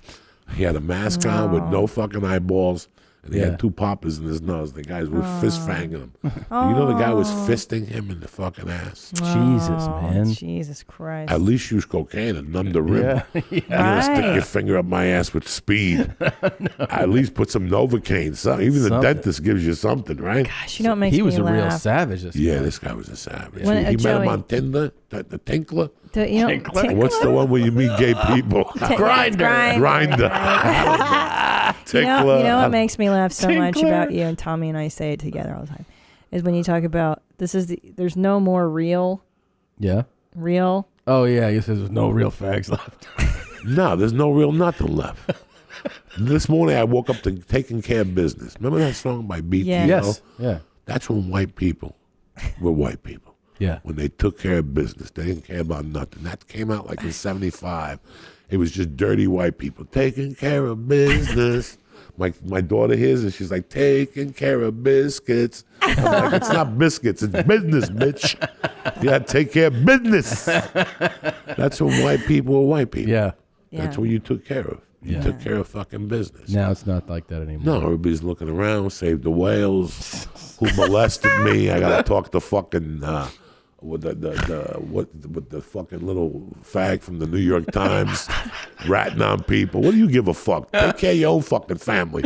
Your father fucked his daughter, and meanwhile you're ratting on people. What's your take on MJ, Michael Jackson? Yeah. You think he did that stuff? The Never Neverland? Yeah. The first album I bought when I came from Cuba was Michael Jackson, ABC. Yeah. I love Michael Jackson with all my heart. I love what the Jackson 5 did. I still remember their last album, Moving Violation, when Jermaine left and the whole... I mean, I lived through all that shit. Yeah. I watched both episodes with an open mind. And most people, most Americans, most people who watch that are like, well, it was the parents' fault. Well, again, have you ever worked on a kid's show? Animated. Have you ever worked on a kid's show, like a Disney show? No. I didn't know what Hollywood was about till I worked a Disney show. It's not about the kids. It's about the moms. Okay. So the moms show up. They got the kids. The kids are acting. You look at the moms at rehearsal Tuesday, Wednesday at the table read, the whole thing. Blocking on Thursday. On shoot day, Christine's, you gotta look at these fucking moms. The cleavage is out. Really? Mini skirt. The ring is turned around. Really? The tits are out there here, made up, blown dry. Everybody wants to be Kim Kardashian. Yeah. And you're looking at them, and they're living their life to their children. You know, I would talk to the moms, and they would go, "Oh, we live in Weehawken because our kid was doing a play in New York." And I go, "Where do you usually live?" And she goes, "We're from Kentucky." And I'm like, "Where's your husband?" "He's at home working. We're out here living in Burbank in a studio apartment trying to get roles." You know, and it was really like, it really showed me, like, what makes a woman. I could see your kid, but now you're pushing it. It's They gross. were like Pistol Pete's father, Pistol Pete Maravich, who would beat him if they lost. Yeah. Shit like that. Now we're talking about Never Never Land. When I did the longest yard, I got caught up. When it's very tough not to. Caught up with like the Hollywood thing. It's you mean? very tough when you say cut and everybody's laughing, and you do the same thing 6 times and people laugh and people blow smoke up your ass. When this movie comes out, you're gonna blow up. You know, you buy it. At one time in this career, you bought it, and at one time you bought it, and then it's gone away. You see it for what it is, that they're all a bunch of motherfuckers. You know, when you watch the Elvis documentary, he says it. His own father. He said, when we realized he was damaged goods, our job was just to put him out there until he died. Yeah. The captain, whatever the colonel said, that's about his own fucking, you know, we're pieces of meat. We're irreplaceable. In 6 years, a new Tom Segura shows up in Montreal, and now nobody's returning your calls. But we get caught up. When you watch the documentary, A, I do believe both those boys. Yeah, I do too. B, I feel bad for the parents because they were just taken. Think if we're in the business and we got taken. Think about it. What would you feel like? What would you feel like right now if fucking, I don't even know who was a megastar like that anymore, took interest in your child and said your child had talent and we're going to take him to the top. And I got a rehearsal studio right down the corner, drop him off every day at 3.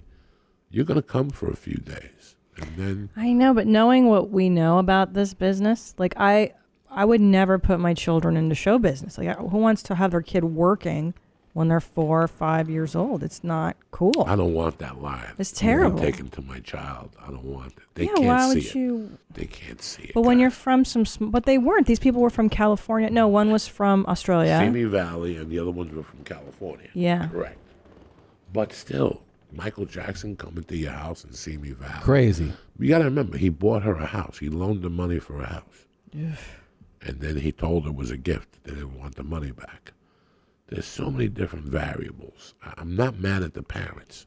It happens to us as entertainers. When we come here and they give us a show, we actually buy, you know. How many people have we seen come and go from this town? Oh, my God. Yeah. Who do you think they left here with a sober mind? Like, everything is fine. No. Yeah. They left here with a smack to their fucking face. Yeah. How many chicks really did come here and blow nasty guys and didn't get anything? I could think of 10 of them that sucked my dick. And then I'd hear no more. Oh, I'll get you a spot at the fucking Comedy Store. And next thing you know, they're chugging on your helmet behind the Comedy Store for a free spot. That reminds me of this topic we just had. Remember that executive at what studio? And he was promising. Oh, yeah, Warner Brothers. Yeah. And he was promising these girls, like, hey, if you fuck me, I'm going to give you roles and this and that. And he never followed through. And we were like, that's so cruel. Like, you're a multimillionaire. You don't need to spit that game. You know what I'm saying? Like, you could have just gotten your dick sucked just by being rich. But if you're that vulnerable, yeah. If you know, I went to Atlantic Chubbuck Acting Studios, great place. But after a couple scenes, and then they find out you're a stand-up, I had these girls showing up at the store. Like, oh my God, you're so great. You have an agent. They'd never seen that. Right, These are right. college girls that watch Saturday Night Live. Yeah.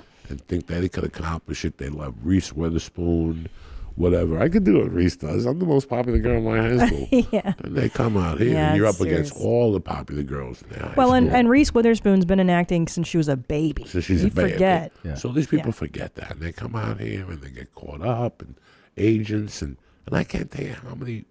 I can name like 4 times where a woman looked me in the eye and said to me, "I'll do anything to get an agent. If you get me with your agent, I'll do anything." And this is when I was like with fucking low level studio. Yeah, what do you call nobody- them? Boutique agents. Boutique. Yeah. Boutique agents. That's what they call them. You know? Yeah. They were like, "Oh, I'll do Really? anything," and I would go, "Anything, anything." Oh my God, I really want to be an actress. Ever since I saw the Hollywood sign, they don't even have the right reasons. They don't even know why they're doing it. Right. They just think that they're gonna go from 0 to 5. How many fucking dicks did Marilyn Monroe suck? Oh yeah. They ran a train on Marilyn Monroe. God, I wish I would have done that. They ran a fucking train on Marilyn Yeah. Monroe. I know. They fucked her. They fucked her to death, and then shot her with something so she would shut the fuck up. She fucked so many people. They killed her. Yeah. Just to listen, you can't. Can't be Harvey called. must have seen her titties when he was like 3. Everybody fucked the shit out of Marilyn. They were passing her around, guys. Yeah. All the way to the Prez, man. The Prez was fucking her. She was mentally ill. She was very mentally ill too. Yeah. No shit. Orphan. Those are the ones they want. Yeah, they don't yeah, want the yeah. ones that are Phi Beta Kappas. Right. You're not going to put it over on them. Right. Yeah. Right. They want the girls that go to. You ever do a TV show or a movie, and you go to the party, and you don't even really want to fucking be there. Yeah. And you see people from the movie and you wave at them, but then these other 60 women that are there, they're black, they're white, they're Chinese, they got afros, they got tight suits on, and at one point of the night the hors d'oeuvre comes by and just look at them and go, "I don't remember you from the movie. I'm Joey." And they'll go, "I wasn't in the movie. I'm just here because my friend." You're there to suck dick. Yeah. When people tell me I'm there to support Tom, you're here to suck dick. You're here to suck a dick in one form or another.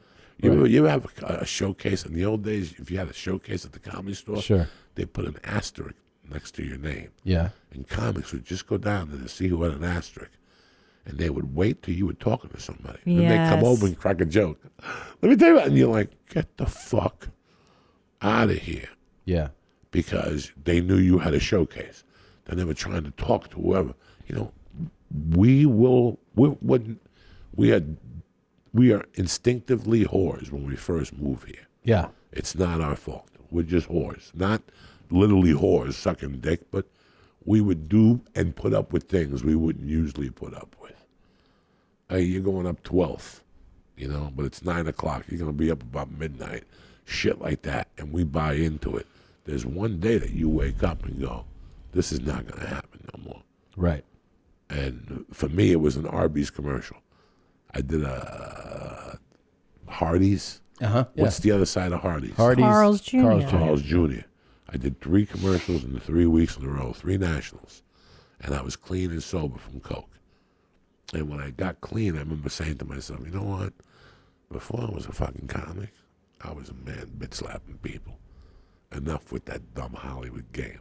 If you got it coming to you now, I'm going to give it to you. And I remember having that frame thought and getting the Hardee's commercial and going down to Long Beach. The call was midnight. And I play a mobster with this other guy. And they put us in an SUV, and we had to pull up to shoot a guy. But when we got there, the guy was eating a chicken parmesan sandwich, and there was sauce on this thing. So he was passed out. We thought somebody got to him first. So we get there, blah, blah, blah, blah. Before I got the commercial, they're like, you're working with, Antonio Angelini, this tremendous director. He gets there with the assistant next to him. He's got the Pepe Le Pew hat, the shirt rolled up so you can see his tattoo. Yeah. My new philosophy is if I could tell you the director, I don't want to be in the movie. Yeah. Right. If you got that director garb on you with I fucking agree. the Clint Eastwood hat and all that Bullshit. shit, Yeah, I don't want I'm done with you. Yeah. I heard that, man. If you got the costume on, I don't want to work with you. Fucking douchebag. I don't want to work with you. So what happens on this? Oh my God, Tom Segura. I'm off the powder. I'm just on reefer and I'm a fucking savage. I get and they dress us up in these mafia outfits. They put lights inside the car. So when they would disconnect, they put the lights on, they must have disconnected the brake. So our job was to drive like 30 yards, stop, slam the door, and walk towards the car. Every time I'd slam the door, the car kept rolling. And they would say, cut. And the guy would go, what the hell's going on? Put the brakes on. And I'm like, I put the brakes on. The brakes aren't on. I'm sorry. Let's do it again. And again, da-da-da-da. And I put the emergency on, I get out, and the fucking car's rolling. This happened like 2 or 3 times. And the director kept saying, I don't know what the fuck is going on with you two, but somebody better figure it out. And finally, the guys went in there and tried to fix it. And again, I put it on. And the guy goes, you're not pulling it hard enough, you fucking dummy. Oh, hell no. And dog, I turned around. It must have been 2 in the morning. And I go, what'd you say, motherfucker? And he just froze, Tom. Hell yeah. And I walked towards him. I go, what'd you say, motherfucker? I go, listen, I'm not one of your punk white fucking friends here. I'll knock you the fuck out right now. He ran from me, the assistant, and the PA took him and ran him into his trailer, and he closed himself in there. And I walked to the trailer, I banged on the door. I go, you're not getting away with this one, bitch. I go, come out here and talk to me like a man. He goes, I'm on the phone with the whatever. We're replacing you. I go, it's 2 in the morning, you dumb motherfucker. Yeah. You're never going to replace me at 2 in the morning. Come out here like a man. Then the AD came out. He said, walk away from the door. I go, and then the first AD came out and go, I'm calling the police. I go, call the police. Call the police. What are you going to do? Nothing happened here. It's just 2 men trying to talk. I go, come out of the fucking trailer and be a man. Then his little faggy assistant came out with the feather in her hat. And then he finally opened the door. And he goes, nobody has ever spoken to me like that. I go, then that's what your problem is. We all put our pants. We all put our pants on one leg at a time. Right. Yeah. You respect Hilarious. me, and I fucking respect you. That's what men do. But they've blown the smoke up your ass, and the assistant and all his people were there, and I'm going, you gotta act like a fucking man. Okay? You don't talk to people that way. Yeah, bro. You talk to people like a fucking man. Where I come from, you get hit, and that's it.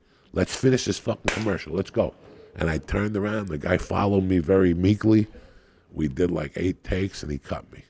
You could go home now. And I walked away, and I walked up and put my hand out, and he was still a cunt.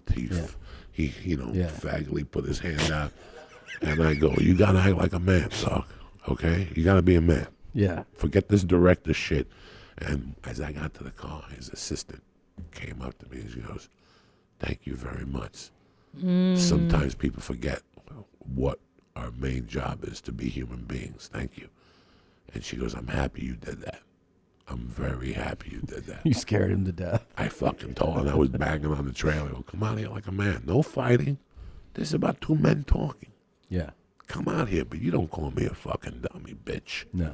Don't even ever say that to somebody on the set. You don't pay us enough. Yeah. And, he worked with me. Like I said, it took 1 more hour. After he was saying, we're going to work all night. Yeah. Till 6. Just do the fucking cuts. Just do the 3. Enough. I'm not going to sit here all night and do fucking takes. Oh, Like when I did Go Daddy, they made me throw the pizza up 1,000 times till I said, that's it. No more. If you didn't get it by now, go back to USD fucking acting school and get a camera again. And they all looked at me and I fucking went and sat down. That's it. Enough with this bullshit. You want to kill 4 hours, me throwing a pizza up in the air. Go using fuck shots you're never going to use. Yeah, making us film shit you're never going to And then you see the thing that's you moving and Yeah. you're like, I was there for 6 fucking hours. I know. For what? So ever I since tell you, this business is so wasteful. This is the only business where everything is done last minute and they waste a tremendous amount of money. It's just gone It down is the super fucking wasteful. toilet. Oh, we need a llama for this thing tomorrow. Let's spend $50,000. Let's find the Wrangler. Let's change the set. When you were working on various projects, right? They don't have a call time for you until last fucking minute. It's always so last disrespectful. minute. Fly him in, and then it's like, God, And you're then they wasting go, money. you're working all day tomorrow. Okay. And then you get there like, actually, you're not going to work today. You're like, what? Yeah, I And you're fucking gonna flew. We decided we moved some things around and we found this, we want to do this shot. We got to bring in this special light and it's like $45,000 to use it. And you're like, yeah, it is very like just impulsive. And last minute, we yeah. got to do this thing. Like, oh, okay. You don't waste a lot of You time. don't fucking think about that in advance. nothing bothers me more than that shit. Yeah. Oh, How do you feel, by the way? This is totally off topic, but we've been having this debate about she taught our son, who's 3 years old, to say, I have to take a dump. And I'm like, come on. Now he's going to say it, teachers. Look at the smile on his face. I know, it's He funny. already I think loves it's funny. It's funny. I think it's funny too. But I also think about like people being like, what? You know, like adults treating him differently because he's speaking crass. Well, here's the deal, guys. Yeah, Plain and simple. Yeah. You know why I got a potty mouth? Why? Because after 3, they thought it was cute. They really thought it was cute. But what it is it's irrevocable. What's that word? Irrevocable? Irrevocable? You can't turn it back. Yeah. So once he goes down that path. Fuck, Oh, I didn't teach him that. I'm not teaching him that. I tell Mercy, that, like when she takes a shower and she comes out, I go, did you wash your monkey? And she'll look at me. I go, did you wash your muffins? She'll say, yes, Daddy. And she knows. Right. I don't think she goes to school and says, hey, I washed my monkey yet. You know what I'm saying? So I'm no fucking angel either. Yeah. But I don't curse around her. No, well, listen, that's where I draw the line. We don't drop F-bombs. I don't say shit or go fuck yourself. Nothing like that. But I feel like dump is permissible. It's not really a bad word. It's crass. As my daughter will call it, she's saying potty words, Daddy. Potty words. She calls me, she says potty words. I'm like, what type of words? You know, she won't say them. She's heard me. I slip with a shit from time to time. Of course. It's impossible. But nothing else like that, nothing. Now, I bet with your history of being an animal and the Coke days, you've been with some real fucking animals yourself, chicks that are real fucking questionable, right? There's definitely been some, but I want to show you this clip of this chick and tell me if she could get it back in Joey Diaz's crazy days. Go ahead. It's on an airplane. She's licking the toilet seat on the airplane. Nasty bitch. It made Joey blush. I mean, you could tell by her eyes that if this chick sucked your dick, she wouldn't leave you alone. Like, you're dying. She's a stalker. Yeah. Look at her. Look at her. Everybody molested her. Like, everybody. The teachers, her father, the neighbor. Yeah. Look at her. Look at her eyes. She's got crazy eyes. Everybody molested her. Everybody she bumped into did something to this girl. A finger in her ass. They threw holy water on her. They did everything they could. Look at her. She's fucking retarded. How the fuck are you going to lick a fucking toilet seat? What the fuck on is a wrong plane? With, on a plane. Oh, man. She'd be fun because you could just tell, listen, stick your tongue up my ass. Yeah. And tongue it. I'm going to jerk off on your hair. Yeah. And you're all in. And she'd be like, all right. All right. Yeah, that's the good thing. Well, that's what's the benefit about her.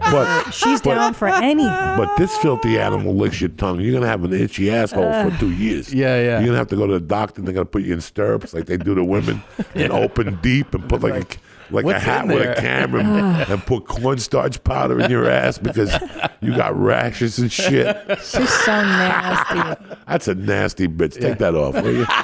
I'd rather see a woman eat shit or something like that than lick a fucking That is toilet nasty. seat. That's one of the nastiest things I've seen. That's nasty, that is bro. nasty. I've never been with animals like that. I just dial 911.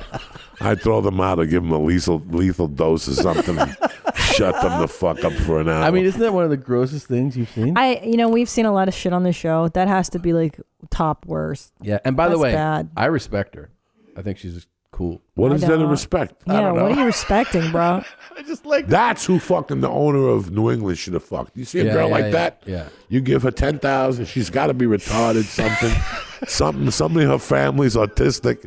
Something's going on. You give her 30 grand and you tell her, listen, after I fuck you, I'm gonna kill you. Just I'll cut a check to your family. They'll drop you off on the 170. You'll never find anybody. That's what you do with chicks like that. Yeah. Somebody in her family's dying from something. Yeah.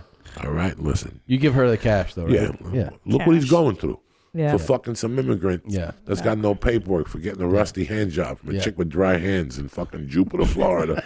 Some fucking chin with dry hands in Jupiter, Florida. You ever get a hand job by somebody with dry hands? It ain't that nice, you know what I'm saying? It ain't that type of party. Fucking those little fucking human trafficking hands. They've been scratching at ships and fucking scratching at ships. I don't want to go. You're like that dude in Apocalypse Now. Remember when they landed? I'm going to throw up. Remember when they landed with the helicopter and the guy's like, I don't want to go. I don't want to go. Get out there. Oh, they just come into your house over there in Chinaville and they pull you out. You got your fingers in the dirt. They're pulling you by your legs. You're like the fag in fucking Narcos, the second season, when they buried him and they ripped him in half with the motorcycle. Yeah. The two fags were making out, swapping spit. Oh, and then he hit him in the head with the bottle and they fucking tore his arm apart. Jesus Christ. You guys are fucking crazy. Who gives a fuck? Listen, who gives a fuck? I don't give a fuck. I'm 56. What am I going to do? Gonna take my career away? One question, though. What is she trying to show? How nasty she is. She's just nasty. She's like, it's like that she's a filthy motherfucker. Like sexually nasty or just nasty? Look, she's just Look what it nasty. says. That's her own quote there. Right, because she's gross. It says, if you're listening, it says, she captioned, licking the airplane toilet because I'm gross like that. So, yeah, she put it out there. She nasty as hell. How's the Flying Jew, by the way? Let me tell you something. I would have her suck my asshole while I stuck my fungi toe in her pussy because it doesn't really matter. You know what I'm saying? After that, her pussy would look like a fucking. I just put my whole Fred Flintstone foot into her pussy like a cannon got it, like George Washington shot it with a cannon. Are your feet nasty? Like a motherfucker. Yeah. Not that I do. I put cream on my feet and shit, but I got a fungi toenail. The toenails are tough. And I got to buff it down. I love buffing it. Like once I do it on the road, I do it in their hotel room. I got the whole kit. I got the with the fucking grater. And you see the dust just go flying. Oh, I save it and I put it together into a circle like a little volcano, and then I smell it. Sometimes I put it in a baggie and save it and sprinkle it in somebody's fucking house or something. That little fungi fucking toe dust. You're so nasty, Joey Diaz. You have to do shit. I cut the nails, and then you got to go under the nail and take the fungi out. Yeah. Because the nail, the fungi grows under the nail, so I got to cut it and then scrape it. Ooh. And it comes down to, I do it on this. I do it Thanks on for like asking that. I do it like on a black piece of paper. And then I scrape it all up. You travel with a black piece of paper and the shredder. Listen to me. I got like an 8-ball of toe dust now with toenails. What do you do with that shit? I just look at it for a little while, and then I rub it, and I smell it, and then I fucking throw it away, and I watch I'm going to fucking puke. I'm going to throw up, dude. I got the machine that you buff the nail. Yeah. And then the powder falls all over my other toes. Moving along. Does your wife see you do this shit? No. No, you keep it from her. Yeah, that's nice of you. Yeah. I'm so curious. I've never met your wife. My wife is dynamite. I just want to see who's married to Joey Diaz. She's the opposite of me completely. Well, actually, she was on Leanne Kreischer's podcast, Wife of the Party. So if you want to know about her, she's on a recent episode. She was on Leanne's podcast? Yes. Wife of the Party. Yeah, you can hear what it's like to be married to Joey Diaz. I got it. Yeah. She's cool as shit, my wife. I like my wife. I probably people don't like their wife. I like my wife. Yeah, you should like I have your a nice wife. relationship with my wife. But she's cool as shit. I live in ungrateful. I live in a really peaceful fucking house. Yeah. Which is very rare where I came from. Every house in the neighborhood, you had yelling and screaming and arguments and people walking in at 2 a.m. My house is very... Same way. I don't want any fucking drama. No chaos, dude. For years, I dreamt of how I wanted to live, and now I'm living that way. That's awesome. Peaceful. Yeah. I know my schedule. I go out Tuesdays, Thursdays, and Saturdays. Mm-hmm. Oh, that's good. Friday night's date night. Okay. I gotta get her out. She's got to talk to some adults. Yeah. I take her for Cuban food in Silver Lake. Okay. We stop at a Starbucks. We're home by 9:30, 10. Yeah. You know, we always do early dates. We try to go somewhere like some restaurant, some different. We went to the Italian joint, got the meatball 2 weeks ago. God. So every Friday we do something. Saturdays you got to do some comedy somewhere. Yeah. You know, you do the 9:15 at the store. Maybe jump on the belly room. Yeah. Then you split. Do that. And In the same way, I'm home. 20 years. In bed by 10. What do you want to talk about? Nah. Well, you call me. Just call me. I'm going to sit down there and talk. It's very nice to go down there and see people. Like on Tuesday nights when I'm driving down there, I'm very excited to go down there and watch Christine's act. Yep. You know, I like to go down there, get high before I leave the house. And by the time I get down there, I'm really tuned up. I get a water and I sit in those back chairs. And I try to watch the 4 acts before me with nobody bothering me, just to see what you're up to. Bert Kreischer, last week was Marin, Ali Wong, and then me. I get to see. So you'll watch different acts. Dalia. Yeah, because Yeah. I don't want to watch on TV.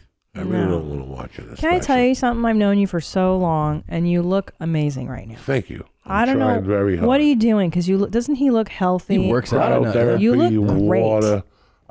Jiu-jitsu. He's doing his boxing. The biggest thing I learned from Rogan in the last 10 years was that episode he had about the guy about sleep. I was thinking about that episode yesterday. I was. That episode changed my life, and that book changed my life. What is it so people can get it? I'm on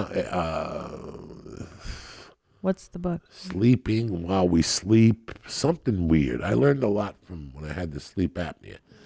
But now I've taken it up to a level. I got the same problem Tom has.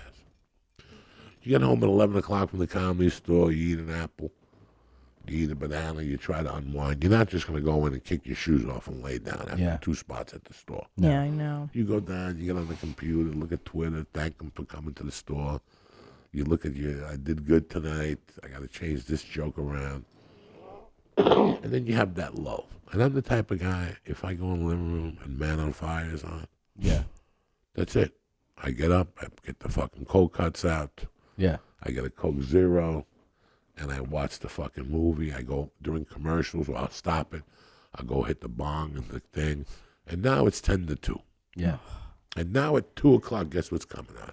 Smokey and the Bandit. Oh, that's my favorite. So now I got to sit here and watch this fucking thing. Because how am I going to go to sleep? Who the fuck am I to go lay down while fucking Jackie Gleason's on? So funny. Who died and left me, boss? So Yeah. The other night I was not the other night, I was on the road and Splash was on it too. Oh, yeah, that's a good one. John Candy's best. Yeah. John Candy was just brilliant. And on the road, I will watch it till like 4. Well, on the road. That's different. See, I love Yeah.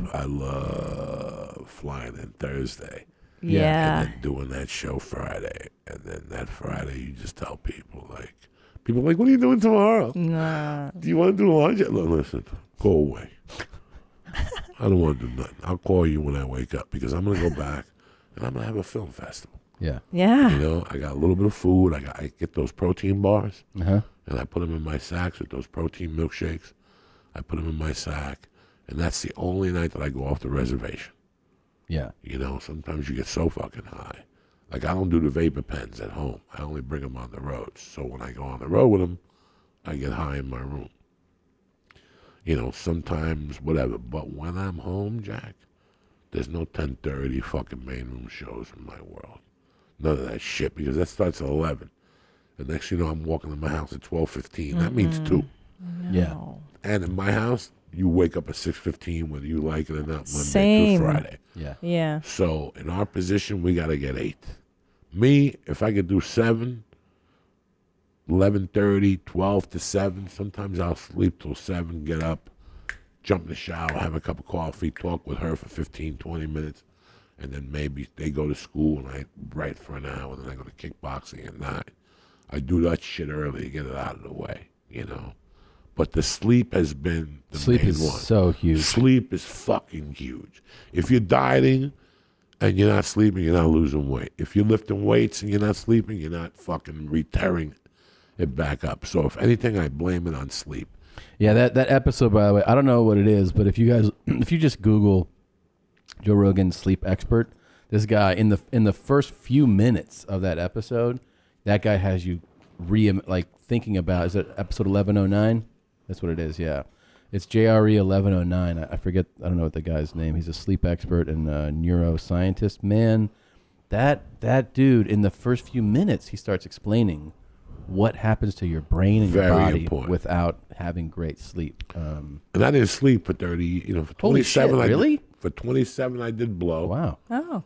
Our own Chris, who's working here, that was his professor in school. Was it really? Yeah, that was definitely my professor in school. What's the name of the book? Name? Matt Walker. Okay. What's the name of the book? Do you know the name of the book? What is the name of the book? I didn't catch that. The Thing of Sleep. If you look up Matt Walker. Science of Sleep or something. Yeah. So I got to watch everything because if I drink too much water, then I'm up and down peeing all Yeah, night. me too. That's a big problem. So that's the big thing. So now if I go to bed 11:30. Why we sleep. That's right. While we sleep. Okay. I could sleep till 6. So I pee and then I don't have nothing going through my mind. That's lucky. It's good. I go back, close my eyes, and I try to get 1 more hour. The last 2 nights I've slept so well. And I feel me different. too. You have to. That's You know, you could eat well, you could do everything, but if you're not, remember when I first started the podcast? I was doing it at 6 a.m. Yeah, I know. I was telling Tom that. One time you go, Christine, you want to be on my show? I'm going to call you at 6 a.m. I was like, I don't wake up at 6 a.m., bro. 4:45 I was getting up. So this is what I was doing then. I was getting up at 4:45 Monday, 4:45 Wednesday, 4 on Thursday to fly out, and then Friday radio. Dude, what time were you going to bed usually? No whatever. No restraint. 1s, 2s. What? Netflix, documentaries, this, that, you know, YouTube concerts. Now everything gets shut down. But why were you waking up so early if you didn't have to? Because I read the Howard Stern book years ago, and he said that when he did radio, he always wanted to get to you first. Right. That's the reason why he did morning radio, was to get to you first. I was trying to build a podcast, so I wanted to get to you first. Oh, that's interesting. That I never was thought the of that. reason why I was doing that for so long. I wanted to get to you first. It lasted about 2 years. We did it. I couldn't believe it. I couldn't believe it. I did it once. I called in. You were like, I'll call you at 6. I was like, and what it was the like, fuck? and it was, and then I started thinking about it, and it was too much like morning radio. Yeah. What I was trying to avoid, I had become. So now, like, I consider a podcast a wiretap. A podcast should be a wiretap. I see all these people wasting valuable time on a fucking podcast, and I go, they play games, they do this, they call it, just talk. People just want to hear a wiretap. That's all we are. What we would say behind closed doors is what they want to hear. For sure. That's what they want to hear. You know, they don't want to hear if you edit me out. Oh, he said chin chin. Or he said this. That's not what they want to fucking hear. No. They want to hear the wiretap. They want to hear a fucking wiretap. For sure. A conversation between two fucking guys or a woman or what we would talk about. you Yeah, know? it's true. It's pretty fucking Now, by the way, interesting. do you have any interest? Do you kind of just watch from the sidelines how things are starting to gear up for 2020 elections, and all these people are coming into the mix? Like, different people are announcing that they're going to. Right now, the pool. I don't know if you've seen the Democratic pool. It is There's like me. it's huge, right? I know, a lot of every chicks. day they're announcing like all these, different senators and former governors, Congress people. But there's other people that are announcing that they're going to run for president too. Like I don't know if you've seen this guy right here. He just announced. Hi everyone, this is Michael Arthur Taylor Jr. I am a retiree. I am running for president of the United States. Good. For And fucking Brody hung himself. And this guy's still fucking walking around telling people. This is the problem we have. Poor Brody, rest his soul. And this guy wants to run for president. This guy can't get to the fucking store without falling down 2 times. And he wants to run for president. And the fact that somebody taped him and let this fucking moron get the platform. Like if this guy called you up and said, come over, I want you to tape me. I'm going to run for president. Yeah, I'll be there in 2 hours.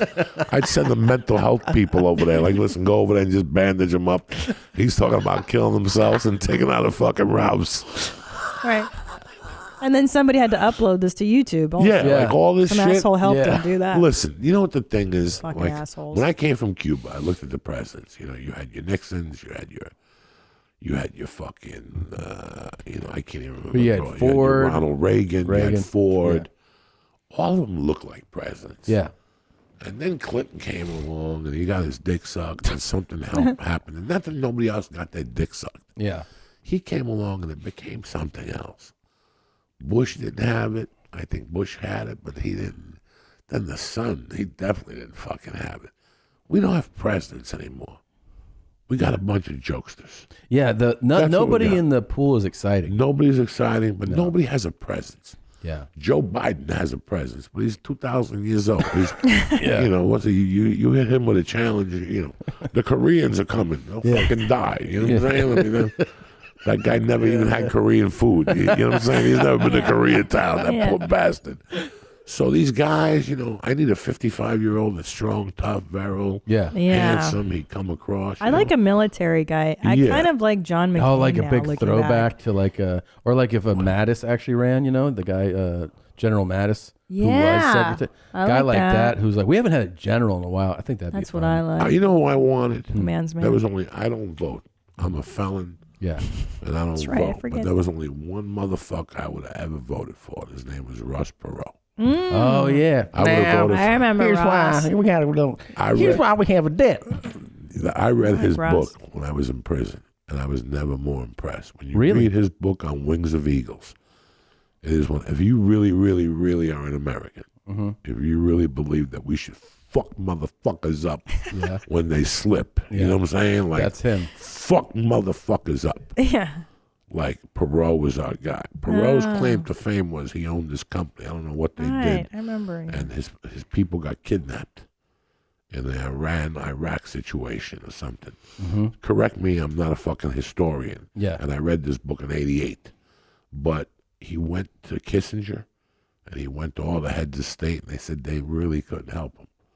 And he said, okay. And he went to the people's families and he goes, I'm going to have your family back by Christmas Day.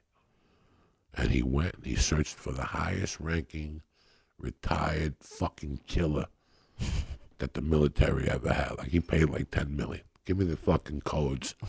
I want somebody who's killed 1,000 Japs, Vietnamese. He's killed everybody, Cubans. Yeah.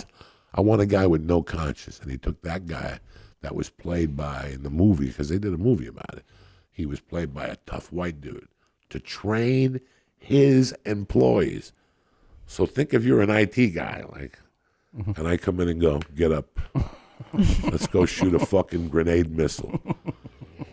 He trained his guys. He trained his own employees because Ross Perot sold them on it. Those are your brothers over there. How can you sit on that fucking desk and eat fucking crackers? Let's go. He trained them, and Christmas Eve, the 23rd, around there, they went over there and they saved his employees, and he had the people back to their families. No shit. Something the government wouldn't even do because they don't want to cause problems. Yeah. Wow. Perot got in some trouble for it. So he had some backlash.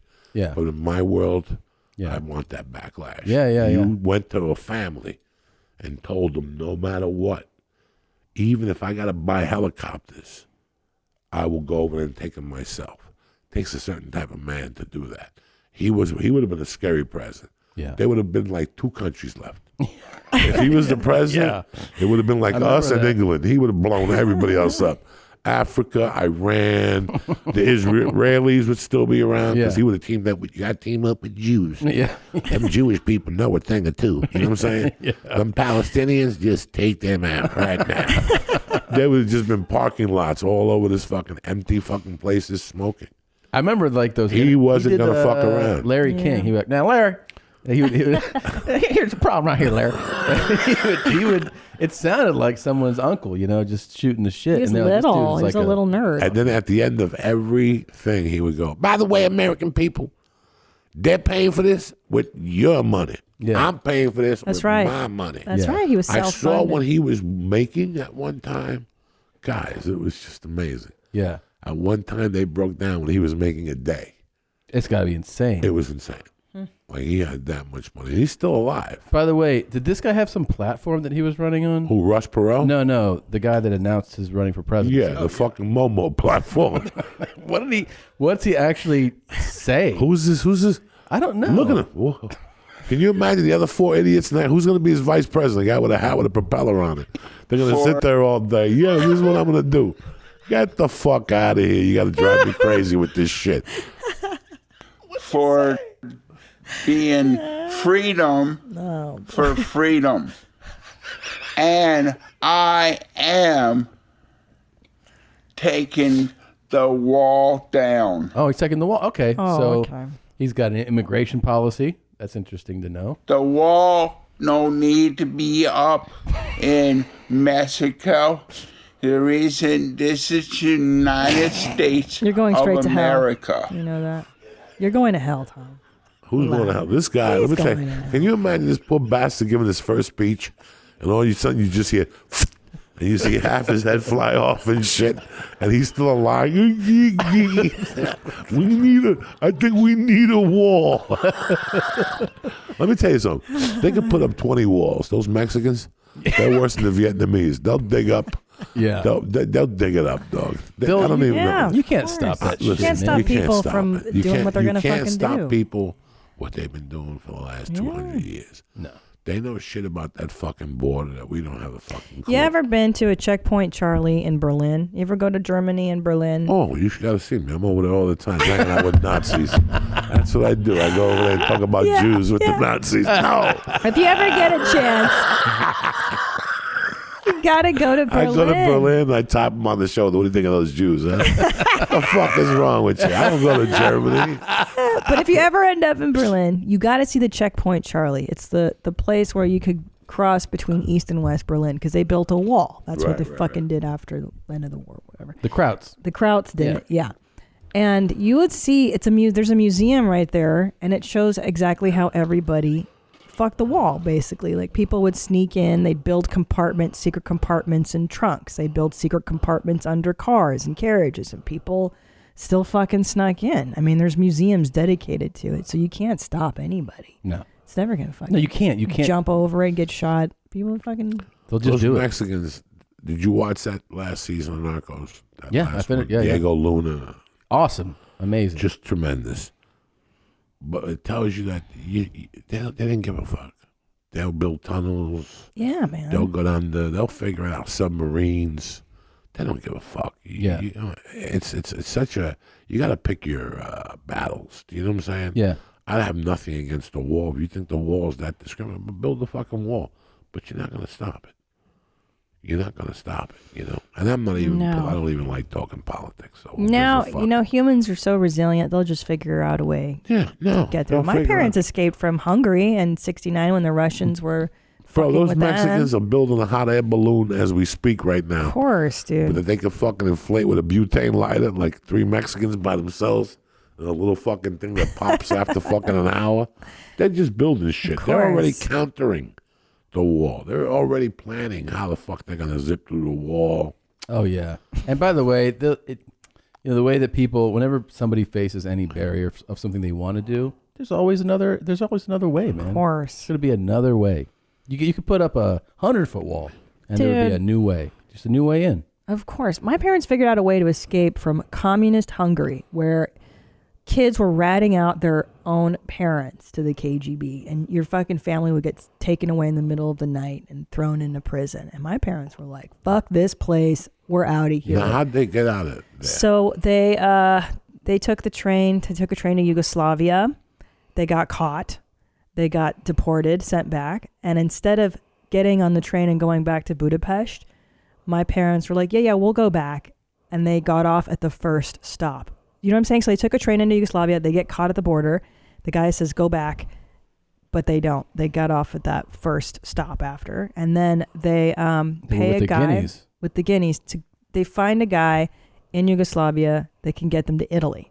So they wait, meet this guy. The guy gets them over to Italy. And then they're in a camp in Italy for about a year and change until like the Catholic Church, an internment camp. And so, and the Americans came over to my parents. They said, you guys are from Hungary? Tell us what the Russians are doing. Because my dad was in the military in Hungary. And they said, if you can show me a map of what the base looks like. He goes, of course, yeah. Here it is. Here's where the Russians do this. This is where the Russians do that. And I think because my dad helped the Americans and whatever, I don't know, somehow we got taken to Canada. We got passed to Canada. And my favorite part about that, though, I was born there. Yeah, she was born in Canada, and then one day he was just like, America, I want to go to America. Yeah. And then they just drove in and...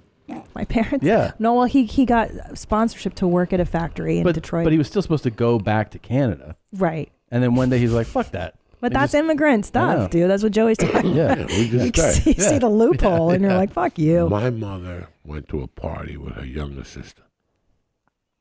My aunt was 13, Rosita, and my mother was about 15 or 16. And they went to a party with 3 of their brothers.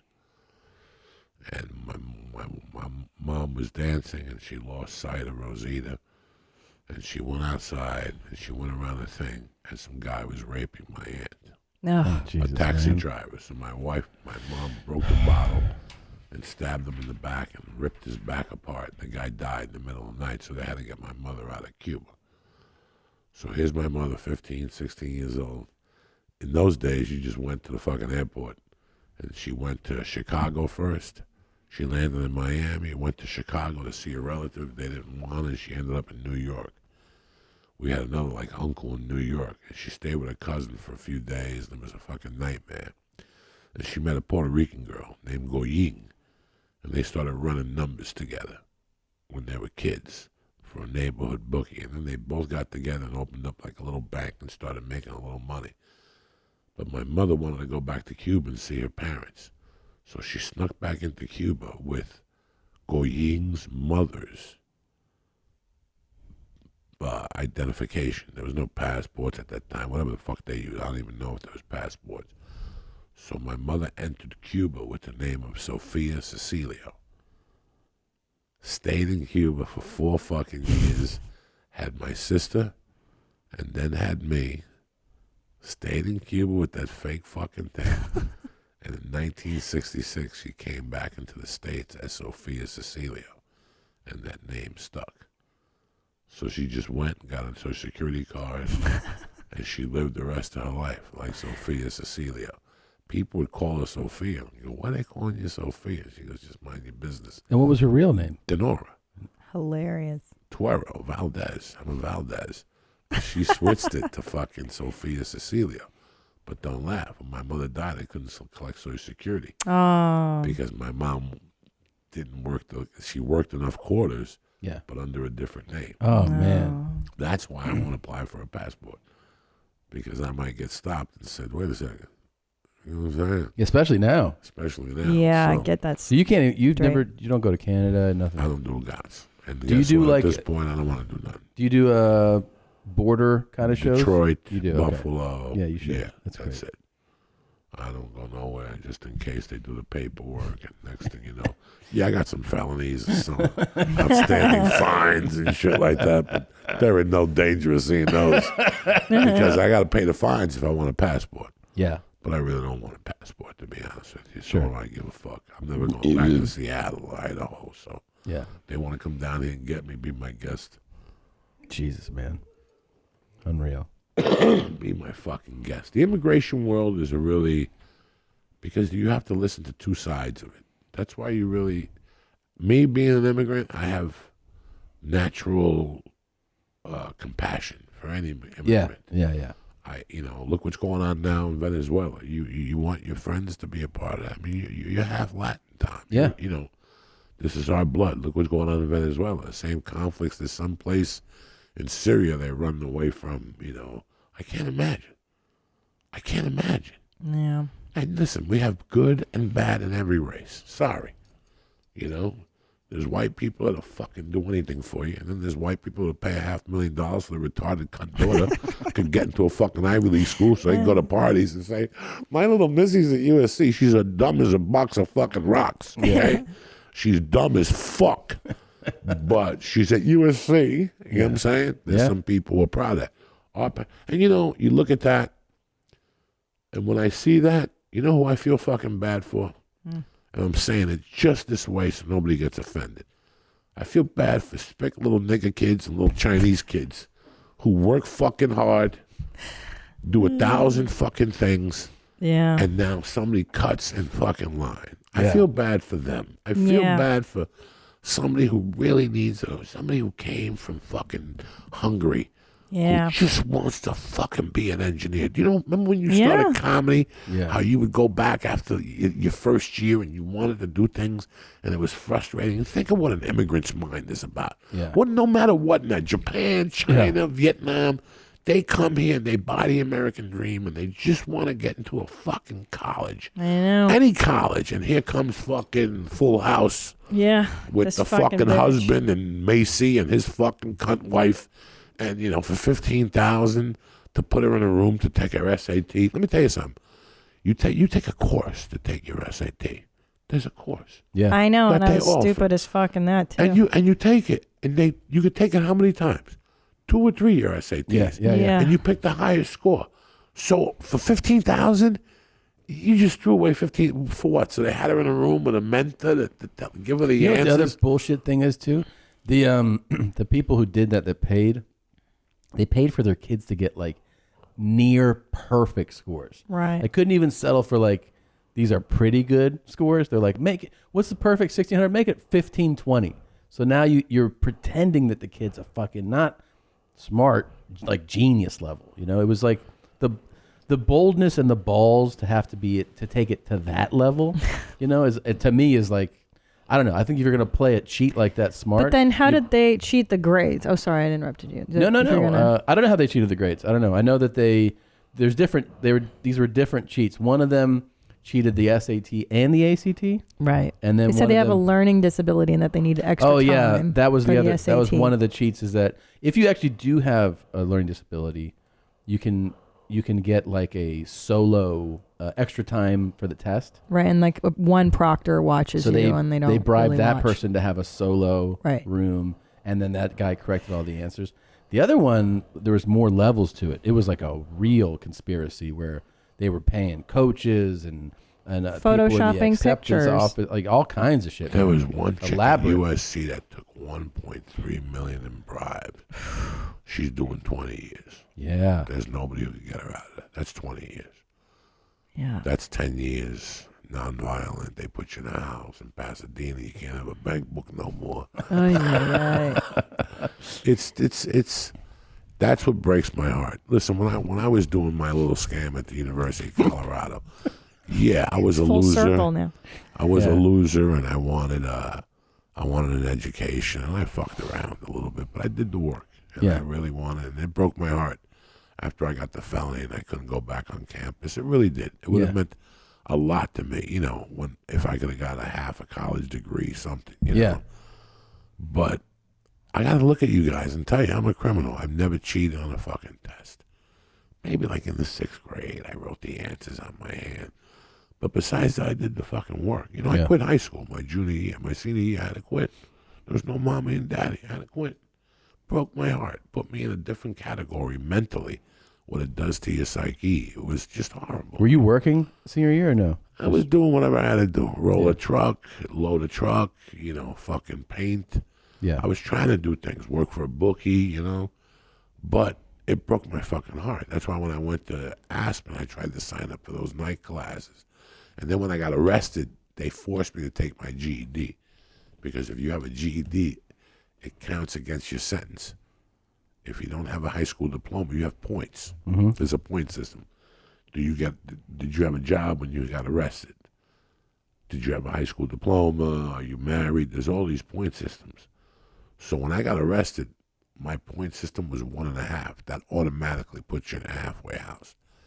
But I had a 4-year sentence, so you're only eligible for a halfway house at the 18-month point. So I still had to do 6 months to get it down to 18 months. I had already done 2 in county, so that counts for 4. So I pretty much got to prison eligible for a halfway house. Wow. Because I had my GED. I was working at the time of my arrest. There's all these different things that you have to fill out to get you. You know, when you go to prison, when you come out, I could have just signed the box and been disabled. You do know that? No. When you go to prison, you come out of prison, you claim disability. Really? Yeah, nobody's going to hire me. Mental disability. I get $800 a month in a parking spot for the rest of your life. I didn't want to do that. You know how many people do that? A lot. Then they get the food stamps. Then they get the other aid. And they'll walk out of prison with $1,200 a month. That's all they'll be able to make the rest of their life or work off the books. But that's how easy it is. I know in '88 it was. Maybe now you got to piss in a bottle or whatever to get welfare. You can milk it. Once you get out of prison, you could say that you're disabled. But you didn't want that. I was 30 years old. Yeah. I wanted to never have a ceiling over my head. Like I could never work for a salary. Yeah. I was always a salesman. You know, this week we made 16. Next week we'll make 8. But the week after that, I'll come back with a $2,000 week. I never wanted a ceiling over my income. That was very important to me. But I also knew I didn't want a day job either. Yeah. I always knew I didn't want a day job. I wanted to be able to have a job that 1 year I can make $60,000, and the second year I can make $90,000, and the third I can make $150,000 because I controlled my sales. Did you go to prison, by the way, in Colorado? It was. Oh, it was there. was in Colorado, a place called Canyon City for diagnostic, where they fucking tap into your head. They see what's going on in your head, and they do all these testing, and then you go to a certain facility. Was your prison, because it was back, I don't know if it was the same now, was it all super segregated like you hear about now? You know what I mean? Whites over here, Latins over here. It's so weird. It was segregated, but I broke that segregation. Really? And I made the guys that hung out with me break that segregation. Like, it's weird that I'm married to a Terry Clark, because my best friend in prison was a guy named John Clark, who hated blacks, chinks, Spanish, Jews, Hungarians. He was white power. Yeah. But when he hung with me, he had to hang out with 3 yams, because I ran with 3 black dudes who I loved and gave my life for. So there was a guy that looked like Josh Potter that was the librarian. He looked just like Josh Potter. Yeah. He was a librarian. He was from Buffalo, New York also. Jesus. Yeah, he shot his wife and the mailman. Oh, that sounds like Josh Potter. It turned into a federal. Yeah. So our crew was me, him, John Clark, who was like heavy-duty white supremacy, but not really. He went between the bikers and the white guys. He had the tattoos and shit. Me and him had visitation together, because we both were supervisors in the kitchen. So we wouldn't take visitation on Saturdays and Sundays. We'd take visitation on Monday and Tuesday so I could eat some pussy. Yeah. Because then I thought I'd make my girlfriend at the time show up with a dress with no panties on. Oh. And you and your wife would be on the other side of the, it'd just be 2 of us. If you took visitation on the weekend, I got to sit next to somebody. I can't finger my wife or nothing. Yeah. But on Mondays and Tuesdays, I was slinging dick, eating ass, Yeah. shooting a load. Yeah. And then she would bring me groceries, and I'd go back to my thing. So me and John were tight. Yeah. Then I was tight with a guy named Spencer Antoine, a black dude who fucking sliced the guy up. And he had a really good attorney, so he had involuntary manslaughter. Like, he killed him at a party. Yeah. He was tight with me. But the best dude that was my brother was this guy, Etchy. He was a professional bank robber.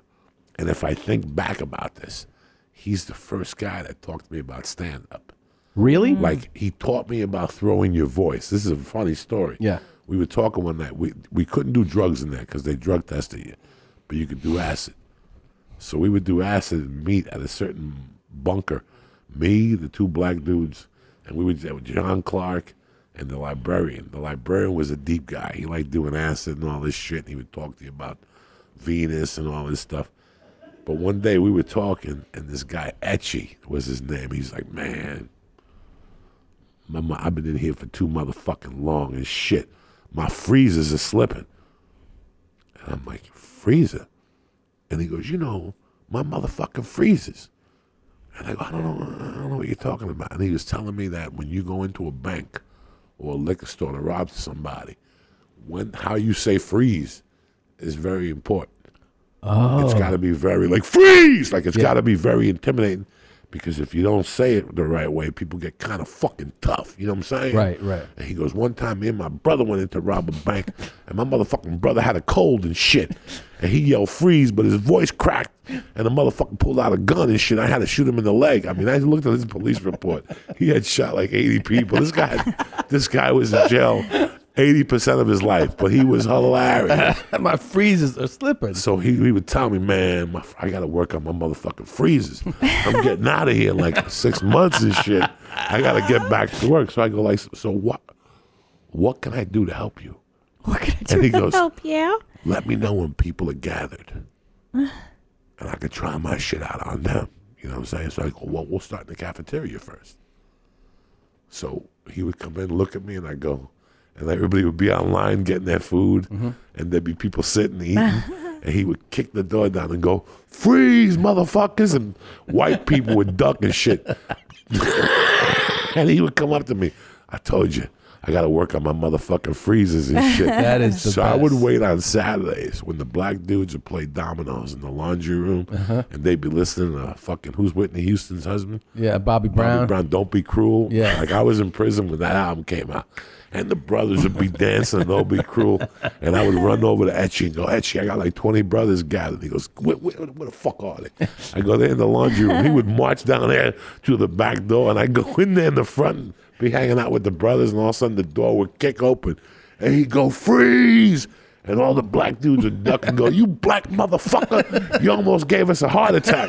And Etchy would put his arm around me and he'd go, man, if you could scare niggas, you could scare anybody.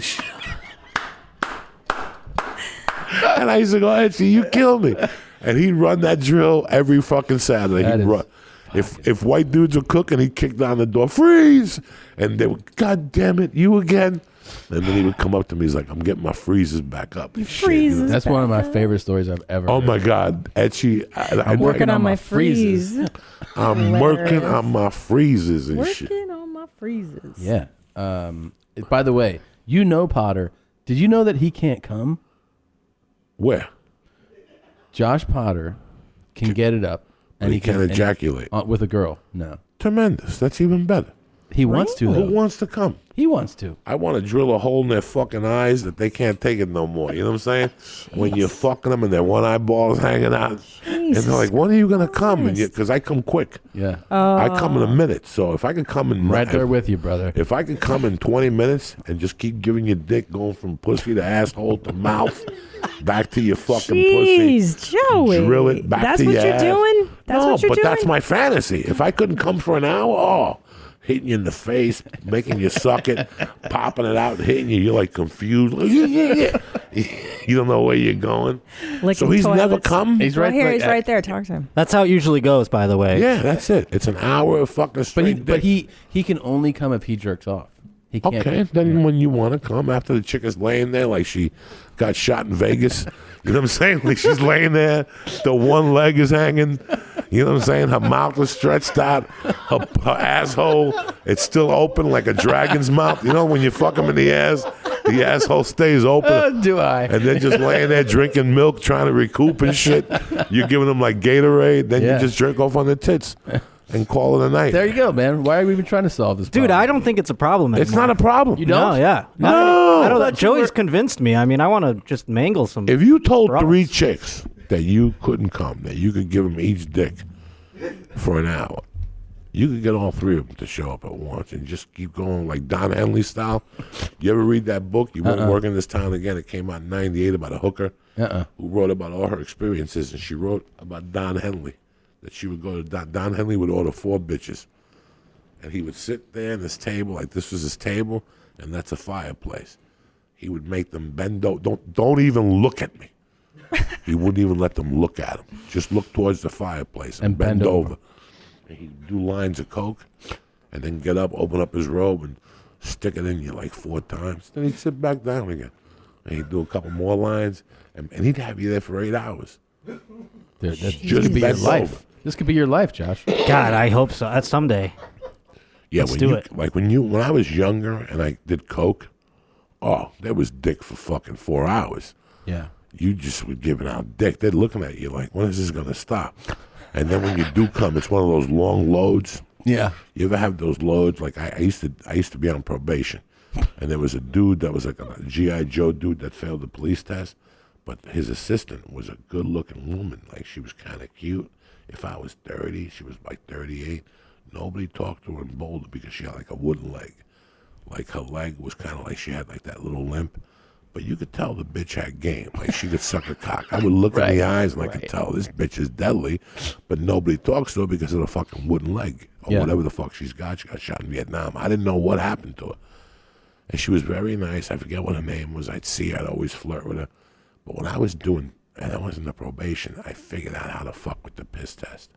I'm uncircumcised, so I would take like fucking pool cleaner and put it on my dick and then pull the skin over it and put like a tab over it, like a bread tab, like a fucking rubber band. And then when I would go pee, the guy would watch me. And I would take the thing out and just pee and then pull the skin back. And all the pool cleaner would go into the fucking thing, and then I would zap the machine. They would always say to me, this motherfucker's up to something. So he asked her, he goes, maybe you could see what the fuck he's doing. So I knew when I would call and go, I'll be there at 4, because they would call you, and then you had to call a machine that would tell you what color was up. Mm-hmm. And if the color came up, let's say your color is maroon, and they go, today's colors are green, maroon, and black, you would have to call in and tell them what time you're coming in. you had till 5 o'clock, but you had to make an appointment. Then she'd tell you, no. If he answered, that means he was going to watch you while you're pissed. But with me, they had mirrors around me. They couldn't figure out what I was doing, so they sent her in. So before I would go in, I'd fucking do a half a jerk in the car and get my dick nice and big. Yeah. And then I'd sprinkle it the fucking pool cleaner, the pool cleaner, or the fucking. Doesn't sting your dick, the pool It did. cleaner? I got scars. I got little holes into my dick and Drano. Yeah. I would grind it up. I would fucking put it under my dick and then pull the skin back, and it would fall into the piss test and zap it. But before I would piss, I would take the hammer out and show it to her. Like, what do you think? What do you think? There's something nice. And she would look at it and look around the room. And not like I knew I was going to end up sleeping with her or swapping spit with her, because I flirt with her. Nobody talked to the woman because she had a fucked up leg. So I'm off probation. I'm delivering Chinese food, and I'm slinging coke at the same time at the Chinese restaurant. So I would have you call the Chinese restaurant and say, "Can I talk to Joey? Yeah, what's up? Oh, you want egg drop soup? Whatever." The cocaine would be hidden under the egg drop soup, so that if I got in trouble, the Chinese people got in trouble. I didn't put it in the bag. This was when I was out already, out of prison. One night I knock on the door, and who answers the door? It's her. And she goes, "Oh my God, it's so great to see you. How have you been?" And I go, "It's great to see you." Man, I gave her a hug, and I put the Chinese down, and she goes, "What are you doing with your life?" I go, "I'm getting divorced, but I got into stand-up comedy, and I'm trying to deliver food to make a living." And she's like, "Oh, that's so sweet. You and her broke up?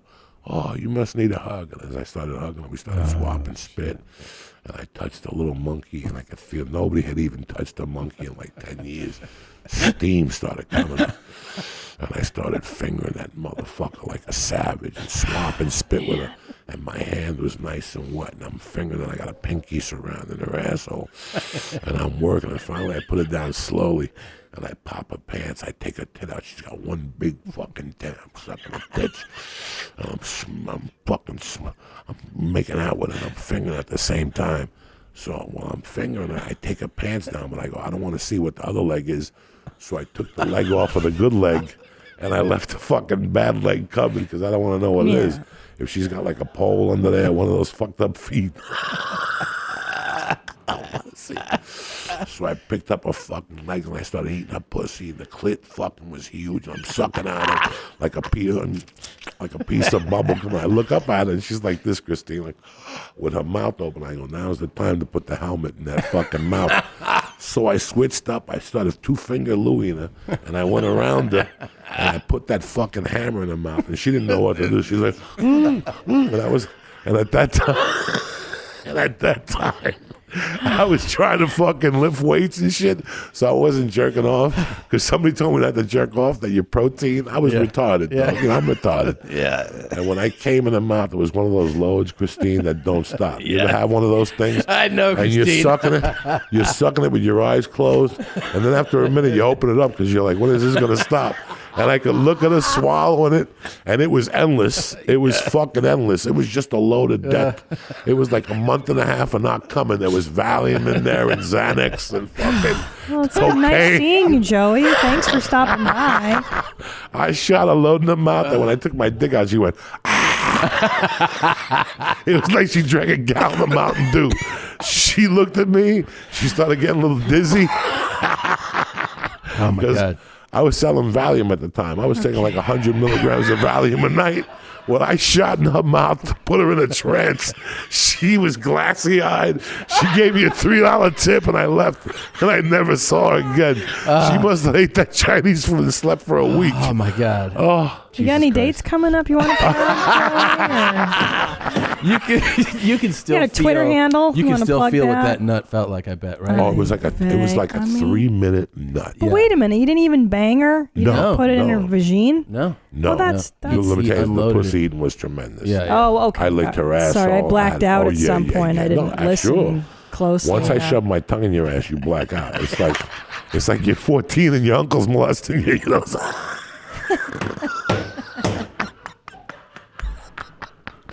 You just black out and let happen what's gonna happen anyway.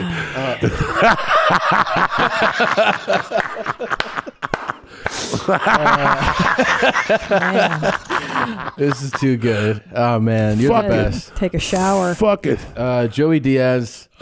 Church of What's Happening Now. Whew, he needs to go to church after that. You got to repent, You go to son. see him at the Comedy Store. Go his dates. Where did you have a website? I don't forget. JoeyDiaz.net. Jeez. You're the best. You're the best. So are you guys. I love you so much. Joey. Christine, you lived that load when I was saying it. That's why. I did not it live took you the back load. to college like I one did time. not. I did not. When you got a bad She used to batch fuck of a lot of Puerto Hungarian Ricans. dick. I Yeah. like Puerto Ricans. Yeah, you got a bad batch of those platanitos sperm where you just kept fucking swallowing, saying this is the worst pina colada I've ever had. Did that Sanku chicken come? I'm pretty hungry. Yeah. Okay. All right. Our closing song by Feel is sick by inside. Tardcore Fun. Joey Diaz, everybody. I love you, man. Love you, I Uncle love you guys Joey. too for having me. God.